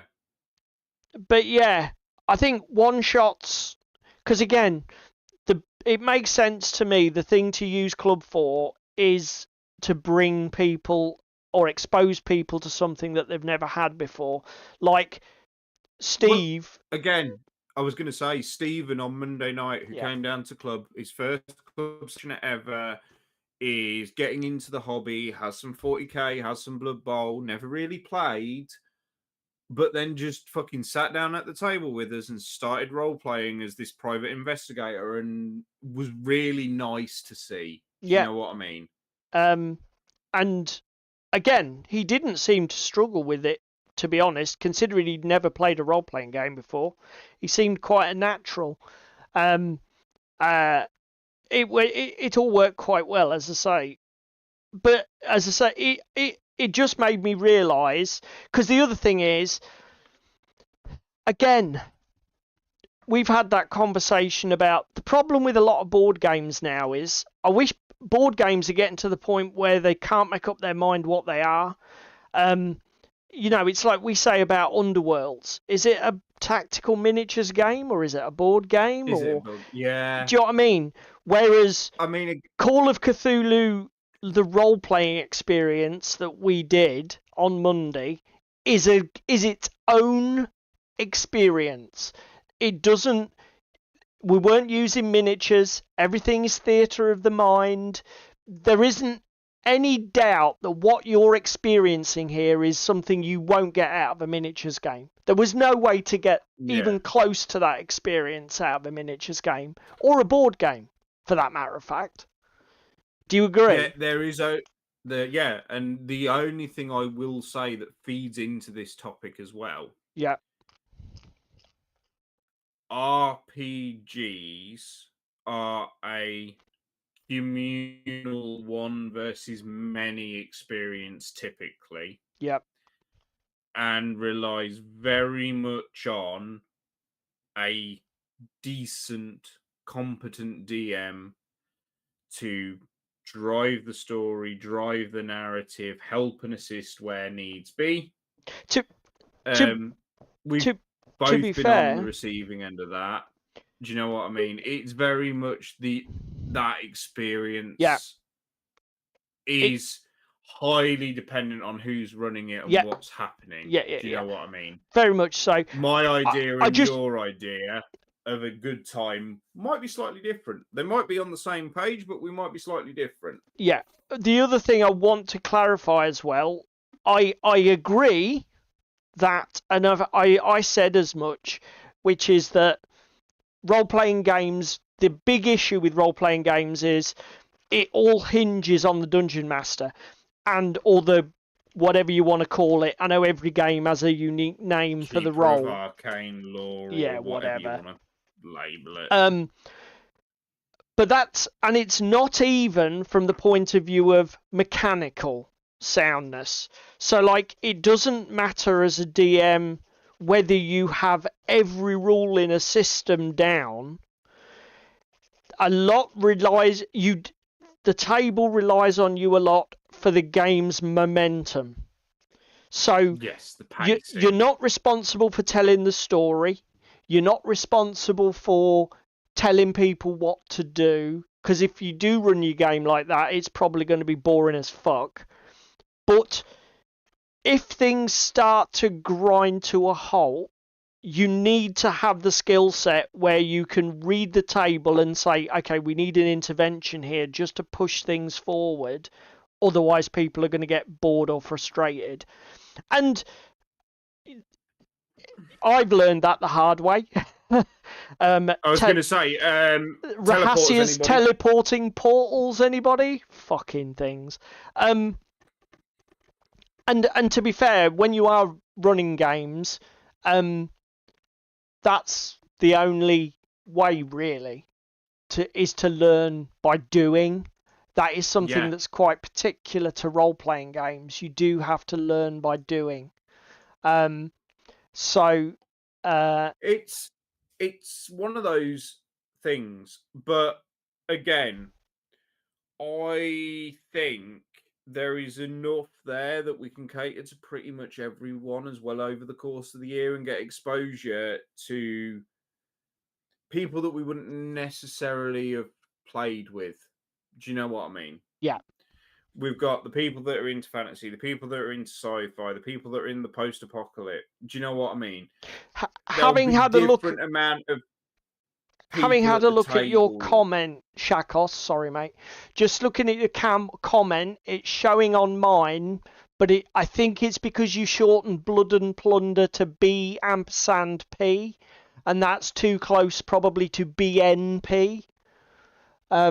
For the British National Party, so it's probably on some sort of YouTube screen list. That because nothing else in your comment was particularly dodgy. I think it's probably the abbreviation you used is too close to something. Is the only theory I've got. Carry on, mate. So there's a bit of something for everyone, because again, we were even having this discussion last night in the pre-show. Call of Cthulhu on Monday was a very good game. It was an enjoyable experience.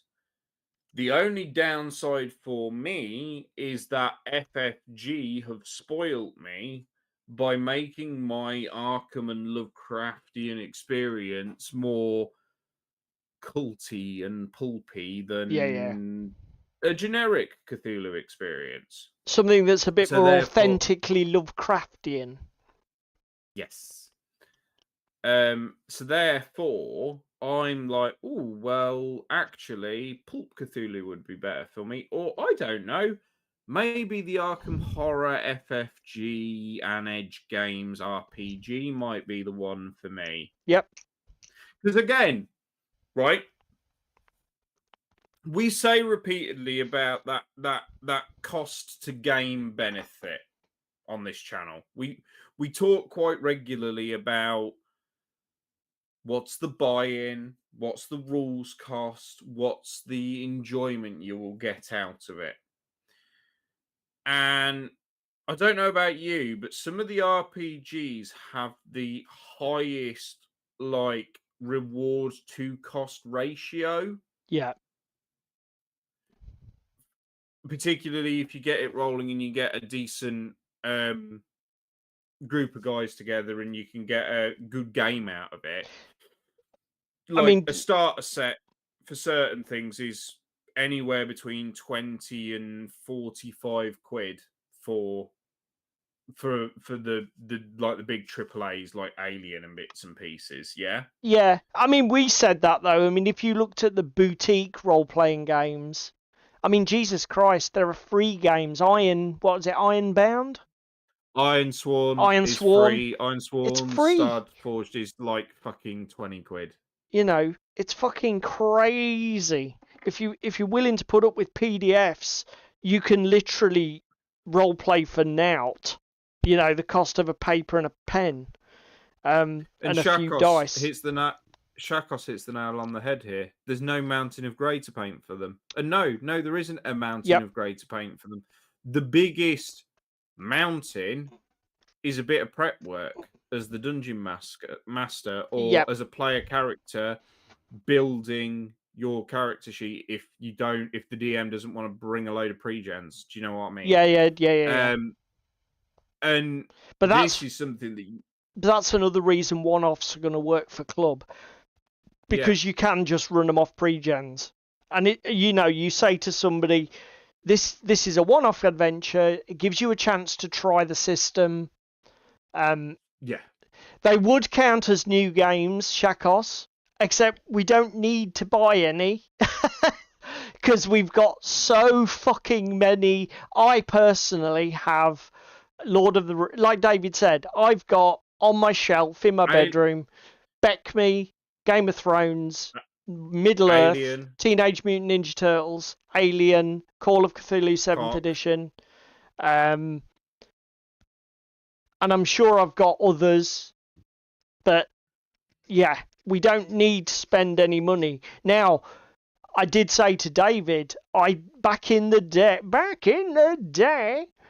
in my 20s, I ran a lot of Mega Traveller, as it was called now. It's now just Traveller from Mongoose.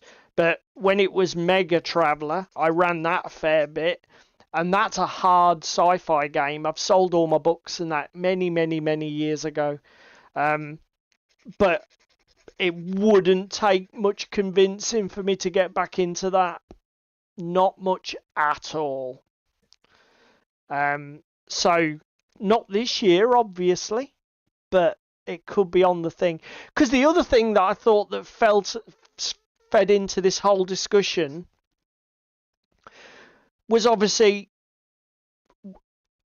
I certainly feel that the only board game I'm dying to get to the table is Batman Gotham City Chronicles. I've got other board games I haven't played, like Mansions of Madness, like Star Wars Imperial Assault, but I'm meh. I will get round to them eventually, but I'm not in a mad rush. There aren't any board games I want to buy, however, from new, really, that I can think of. But also, there's this thing about you're saying about continuing into 2026 with the no new miniature game thing. Yeah. For me, okay. Hang on. Curveball, Caesar's Doom Song. Shakos, give us the TLDR if you can. Ewok Hello Kitty Monopoly can go fuck itself with the Hello Kitty. Hang on. Can I get it out easily? I've got some. Do you know what? I had so many copies of Monopoly. I gave all of my Star Wars away. I had like the original, what do they call it? The original trilogy one with the droids and shit. I gave them all away to people who were far more into Star Wars than me. I do still have Metallica Monopoly, and I still have Games of Thrones Monopoly. But they are definitely collectibles. They're not games. Just so that we're fucking clear. Carry on, mate. Caesar's Inc. from ATT. He was at UK. All dressed up in the book as beautiful. Okay. Oh, Caesar. Okay, that's Caesar. So it's not a Romanesque one. Caesar is actually the guy who wrote it. Doom Song. Okay, I'll have a look at that, mate. Again, that falls in the category of little boutique RPG, I'm guessing. Just having a look. I mean, on Dungeon Land, it's $5.99 if it's a white and black cover that you're on about, Shakos. I can't see chat at the moment. Ewok has Doomsong. So what's the core premise of it? Let me go to... The core premise is a role-play macabre set in the world on the cusp of a biblical apocalypse. The dead are being turned away at the gates of Heel, giving them no choice but return to the world above. Players must subdue them regardless of how they feel about the arrangement. Inspired by the four horsemen of the apocalypse, medieval folk horror, and European mythologies, the hardback books are filled with artwork by Moritz Krebs. The first volume, Doomsong, includes brand new fantasy horror system designed by Jack Caesar, featuring unique creation. Each player uses one six-sided dice and a coin to generate a character's entire history, forging the events that lead them to the doors of the Gravediggers Guild. Players can go from the opening of the book to having a character ready for macabre tales within minutes. That, you see, again, those sort of like low traction RPGs are just so easy to pick up and play, aren't they? Yeah. I mean, do you think, I mean, talking about, going back to what I was saying about this leaning into the, well, I might not get any more miniature games next year. What do you think? I mean...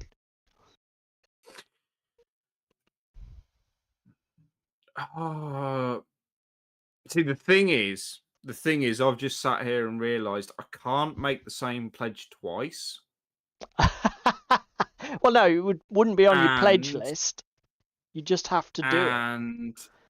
And helping Ricky with Team Yankees possibly a thing. Yeah. The thing is, though, it's not about making the pledge for the sake of making the pledge. I mean, unless I misread it, the vibe I got from you was that you'd enjoyed restraint so much you thought, yeah, fuck it, I'll carry on being restrained. I'm happy chipping away at what I've got. Do you Yeah. know what I mean? I'm not at the stage that I've worked through my backlog. And fuck me, my Mountain of Greys just got bigger with subscribing to the Carnivale fucking tribe, hasn't it? True. Because that's the other thing. You've always got 3D printing, haven't you? Yes. As well as... So again, it's like, oh, I've run out of miniatures. No, you fucking haven't, you lying Yeah. bastard. You've got terabytes on your hard drive. You just haven't fucking done anything with them. Get on with it. So yeah, Paranoia think the if I'm Miniatures game. Is that based on the RPG Ewok? Because that's another one I've got out. Actually, no, I don't have the core rulebook anymore. I don't think. I'm just sat here thinking I might restrict myself to one game only and just do, like I say, Hard War or Team Yankee or something. So that will probably be a thing, and then just work through the rest of it. When it comes to the other elements of it, watch it. Team Yankee, nice minis, mayor rules. I know, Shakos, but see, the thing is, right? Ewok, you can't. How do you know what security clearance is? I'm going to inform the computer. I think that's classified. Shakos, Team Yankee, yes, it's in a similar vein to Flames. Minis are nice, game's all right, rules are a bit meh. Is what it is. The main reason of getting into it is because Ricky, our friend, wants to do a more modern tank game, doesn't he? I.e., Team Yankee.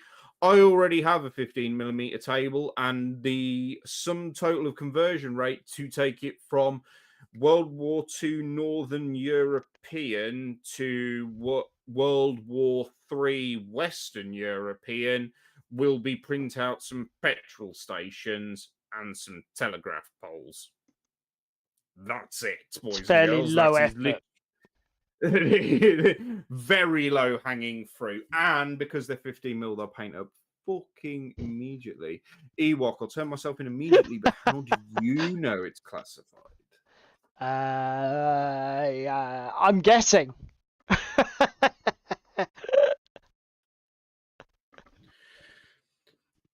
And I'd never heard of it. I'd never heard of it before.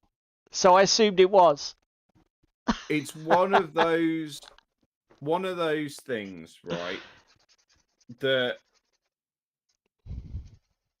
the investment is minimal.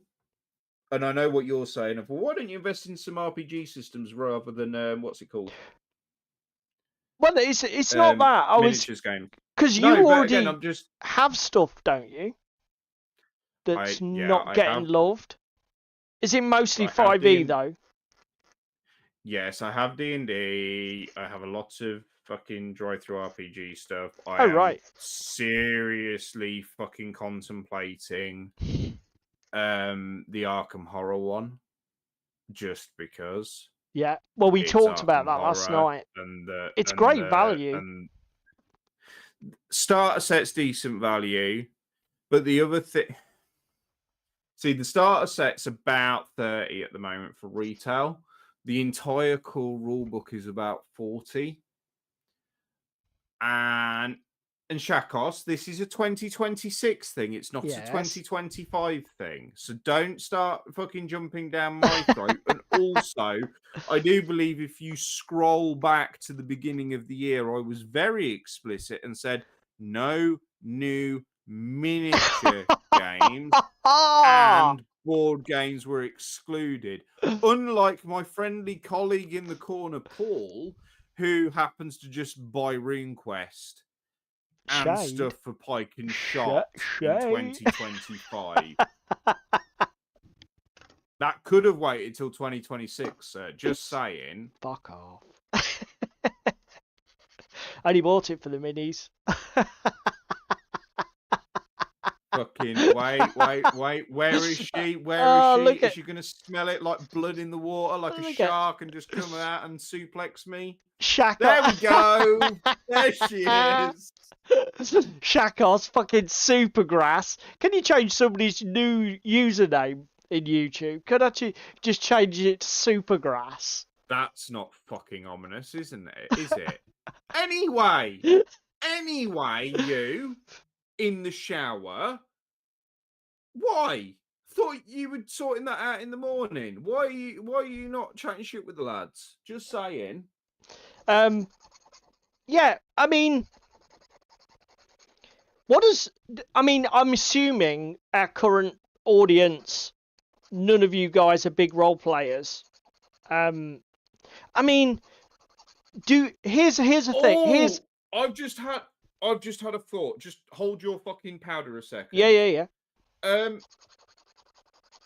Is there not an Infinity role-playing game? Infinity was a role-playing game before it was a miniatures game. Whether it's a published one. Yeah, we all do that, Shakos. We could have a go playing some Infinity RPG. You see, I'm not averse to that idea. Have you found the book? Is there an RPG? I can probably find the book. Yeah, there is an RPG. I remember seeing stuff on fucking one of the websites the other month with stuff. There is an Infinity RPG. Yeah, Infinity by Modifius. Yeah. Core book is sold out. Only available as a PDF currently. How much is the PDF? How much will that damage 20 quid. us? Player's Guide is £10. It looks like it's largely out of... Infinity Player's Guide is in stock at 12 quid. GM Screen and Code Infinity, £21 sold out. It looks like a lot of it's sold out.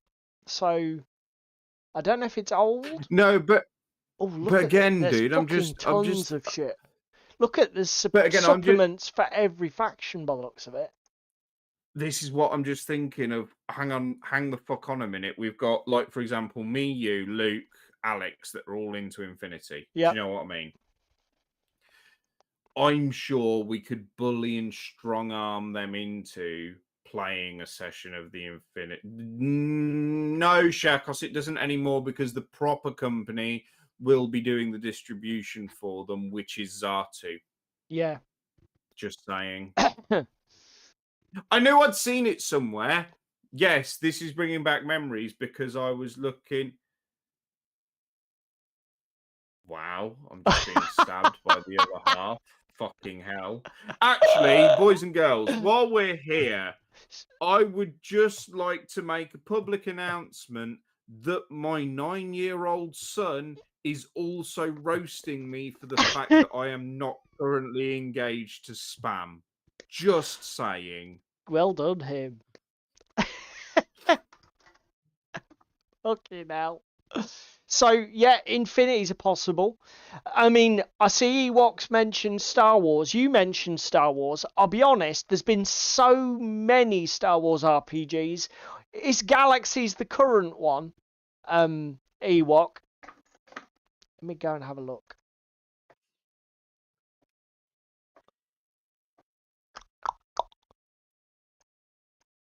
Why does Ewok strike me as basically a drug dealer in that game?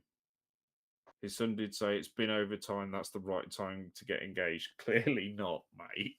Thank you for throwing me under the bus, Spam. Is this the current one, the FFG one? Or is this on old? I don't even know. It looks like it's current. Well, that looks relatively fresh because it's got the fucking latest Bint from Disney version of fucking Star Wars on the cover stream. Oh, is that her?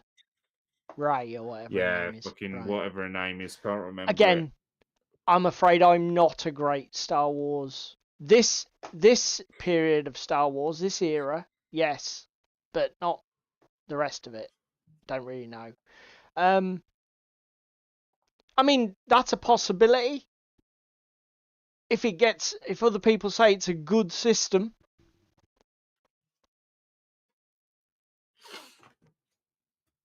Fucking your engagement's getting fucking so much shit in there. Ooh! Ooh!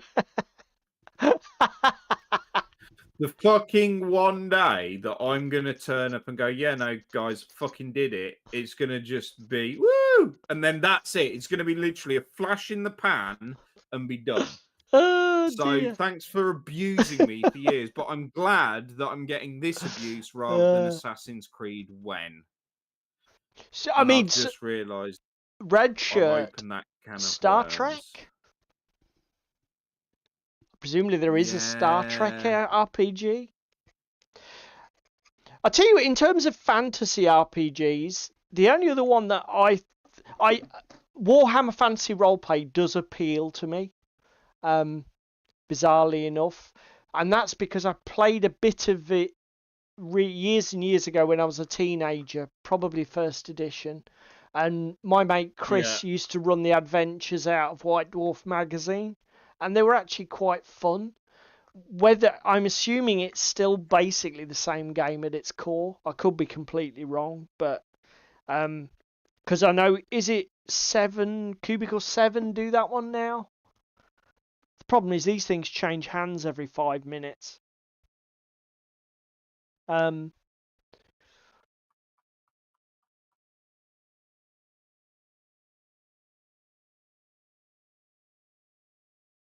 God. So yeah, I think as a final comment with 5 minutes to go, I'm going to answer the sort of the question posed at the beginning of the stream. I am still going to be getting into new miniatures games going forward, I think, because I still have a list of themes and games that I want to explore in my head as is envisaged by the Pike and Shot Epic Japanese project, and Bushido, Test of Honor. I would like to look at what else do I want to look at? Gangs of Rome. I want to play. So and I want to do a lot of. I want to get some 7TV played. There's all sorts of things. So I am not going to be. I'm not going to be shifting my focus, but I definitely think that I need to be honest with myself and spend a bit more time with RPGs because I enjoy it. It'd look a little bit out of place, but I mean, it's not immersion breaking, is it? Not for me, anyway.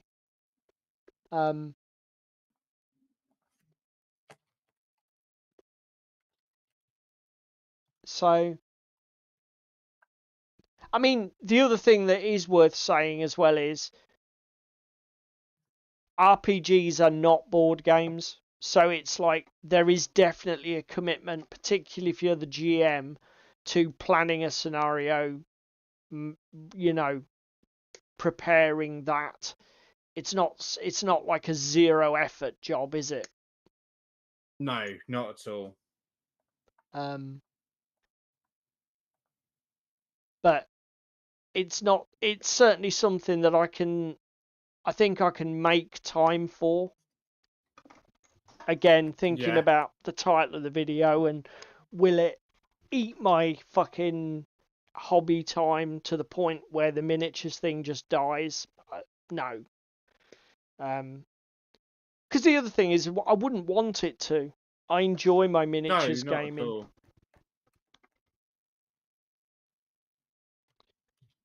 Yeah, that is a big issue, Ewok. I mean, I'll tell you something we haven't talked about is these solo RPGs, because that whole premise really Yeah. appeals to you, doesn't it? Yeah, I mean, I have started playing some solo Ironsworn Star Forged. Yeah. And the one nice thing about that is because I'm player DM and rolling the dice, I can pick and choose and steer the ship where I want it to go. Yep. The biggest drawback is the roll on tables.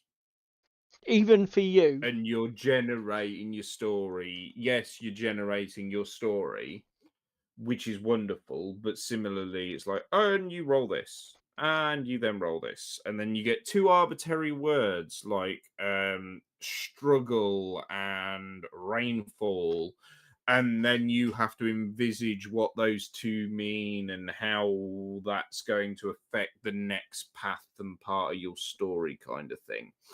It's work, but I'm fucking glad I'm doing that on my own and not as a group of 3 or 4 of us around a table. Yeah. Yeah. I mean, that's because that would be fucking horrible. I mean, I'll be honest, that's the thing. I did take a look at it after you mentioned it the other week and watched a few YouTube vids and that. And the thing with that is, it's what I said to you. If I was using that to generate content for me to run for other people, I would enjoy the time it would take. But if I was doing it for myself, like, I couldn't be asked to come up with it. I'd be like, I don't care. Can I just move on? Do you know what I mean? Because I know what you mean. There's no point me coming up with that narrative for me. I don't. That doesn't satisfy me. That process. Yeah, I know what you mean. With here's another question for you. Are you? Yeah, I'm listening. Are you? Would you enjoy playing as much as DMing, or more than, or where's the balance for you? Where's the sweet spot? I think it's stupid to say this, but I'm very group sensitive. I have run, obviously historically, Yeah, a 5e campaign for how many of us was there at the table at like the peak of it? Like 6 or 7 of us, Yeah. and that was too many. Yeah, it is. I agree. It was better when it was lower numbers. 3 or 4 is the sweet spot for most RPGs. I've run some really nice one shots and bits and pieces, and I enjoy them. But again, it comes back to your fucking pitch at the start of Monday night. This is not a lark. This is Call of Cthulhu. You will fucking die. And this is the 1920s, and this is a horror setting. Yeah. Do you know what I mean? Yeah. Having the players that I'm playing with know the fucking vibe of the game, whether I'm a DM or whether as I'm a player, is what makes it. Yeah. If I'm a player, I can at least try and influence and role play to aid the DM in setting the scene. Yep. Even if other people are dicking about, Yeah.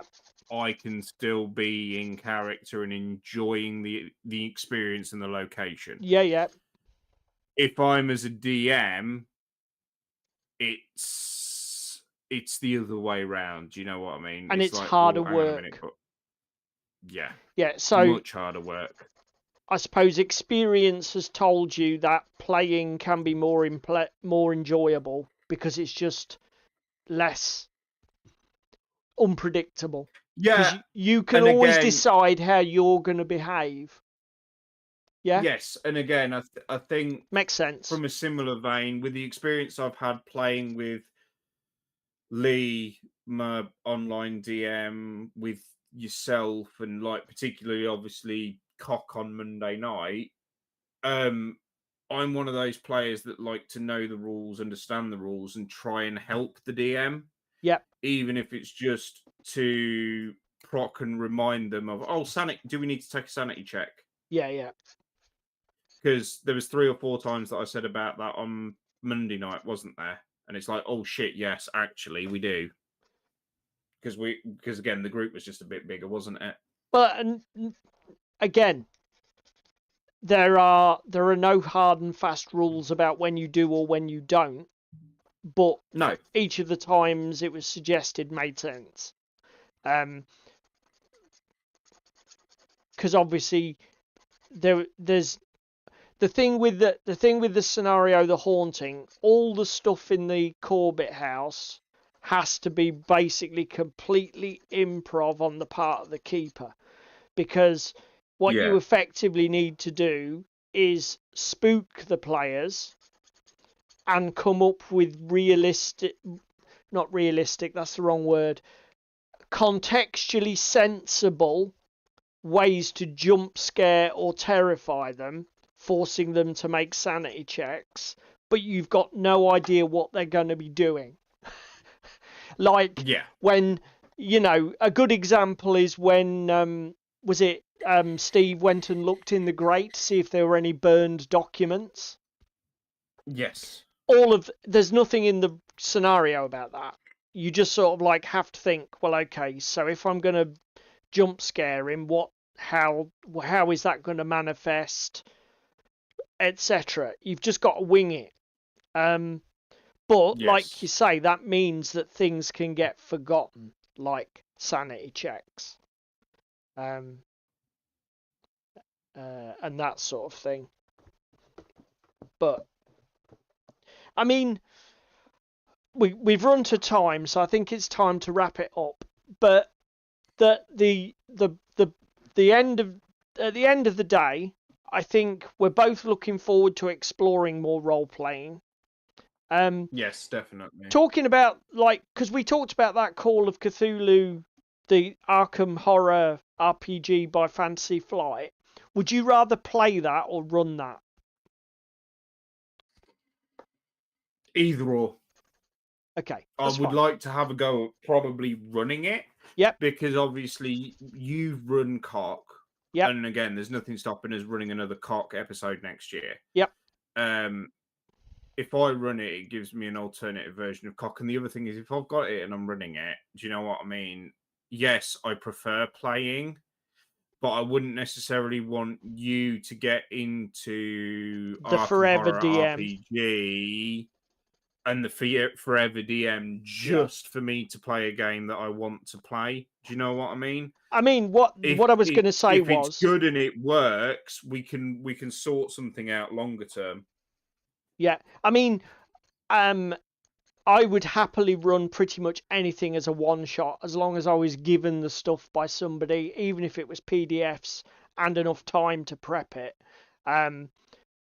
Obviously, campaign is a completely different proposition, unless it was pre-written or there was a lot of support material. Because for me, I prefer DMing to playing. I do enjoy playing, but I prefer DMing for exactly the same reasons that you've said. I feel I have more control when I'm that side of the table, and I can steer the game in the direction I want it to go. And I'm not, it's a good example for me was the worst playing experience I've ever had was in that game with Lee, when there was that bloke who was basically, I don't know if he'd got some sort of sexual fetish, but he just wanted to keep stripping naked and jumping on tables. Do you remember Yes. that? And I was playing like, Yes, no, I remember I that. was playing that Japanese fisherman come martial artist. And we went into a pub and his like attitude was, well, I take all my clothes off and swing my willy on the table. And it's like, great. Yeah. Awesome, mate. Get out. Do you know what I mean? Whereas if I'm a GM, I can be, okay, that's fine. But if you say that You can again, very much I'm kicking shut you. it. You can very much shut it down, can't Yeah, you? exactly. Right, guys, we're going to call it. I've managed to get my hounds and packmaster assembled. We're on our first bag of Hearthguard, so things are going swingingly. I've done my warlord. I didn't like the look of the Dane axe. I couldn't get it to look cool, so we've gone back to the sword and shield, which you come bagged with. But hey ho, 'tis what it is. We're making progress. That's the main thing. Honestly, Rob, the one thing about RPGs is, because Dave, I haven't done it for decades seriously. I've been dragged into Alien RPG just because I'm a massive fan of the franchise, and when it came out, it was like, ooh, what's that? But I really am out of the loop with a ton of other stuff. And because so if there's anything that you think is like, oh, this is a killer game, stick it down below in the comments.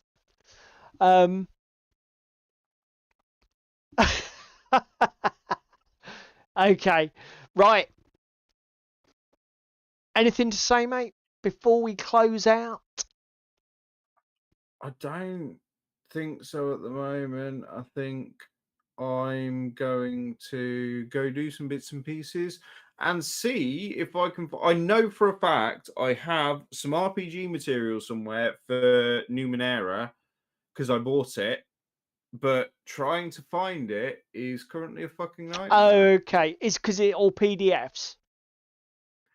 Yeah, I think so. That's fine. I tell you I what, we think definitely. it's on a hard drive somewhere. Oh, yeah. I tell you what I'm going to do as well. I'm going to go on YouTube after the stream and check out Infinity RPG and see what it. I suspect it's D20, but I would be shocked if it's not D20 roll low. yeah. Yeah, I will be as well, but we can check. One other thing before we go, are there any like game styles? What about Cyberpunk Red? Does role playing in that sort of thing appeal to you? I'm not so sure. I like to play with the miniatures because the miniatures are cool. Yeah. But I'm not so sure as I could RPG in it. Wild West ones, boys and girls. Paul had this idea last night about Wild West RPGs. Have we missed anything? Can anybody think of a good one? I thought for a minute they were saying the One Ring is a good system, and now I realise they're just trolling you. Yep. God bless our audience. Right. Okay then. We'll see you later. It's another Thursday night. I see Crispin's wearing tights. Sparrow's getting in the bath. Young David's full of wrath. Paul is tightening his straps. Where on his apron you saps. Technical difficulties. They're really such a crime. Technical difficulties. They happen all the time. It's Yellowbelly Tabletop time. It's Yellowbelly Tabletop time. It's Yellowbelly Tabletop time. It's Yellowbelly Tabletop time.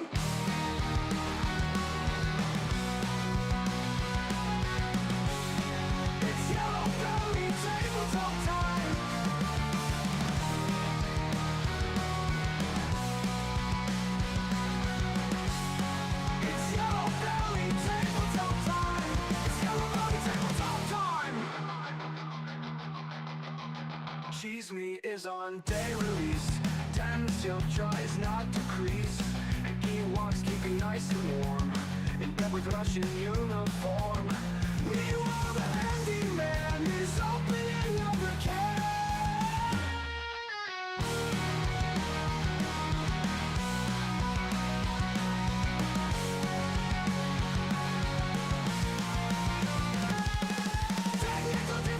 Technical difficulties, they're really such a crime. Technical difficulties, they happen all the time. It's Yellow Belly Tabletop time. It's Yellow Belly Tabletop time. It's Yellow Belly Tabletop time. It's Yellow Belly Tabletop time. Cheese Me is on day release. Damn Silk tries not to crease. The Ewoks keeping nice and warm in bed with Russian uniform. Meanwhile the handyman is opening another can. It's Yellow Belly Tabletop time. It's Yellow Belly Tabletop time. It's Yellow Belly Tabletop time. It's Yellow Belly Tabletop time. Cheese Me is on day release. Damn Me Up tries not to crease. And Ewoks keeping nice and warm in bed with Russian uniform. Meanwhile the handyman is opening another can.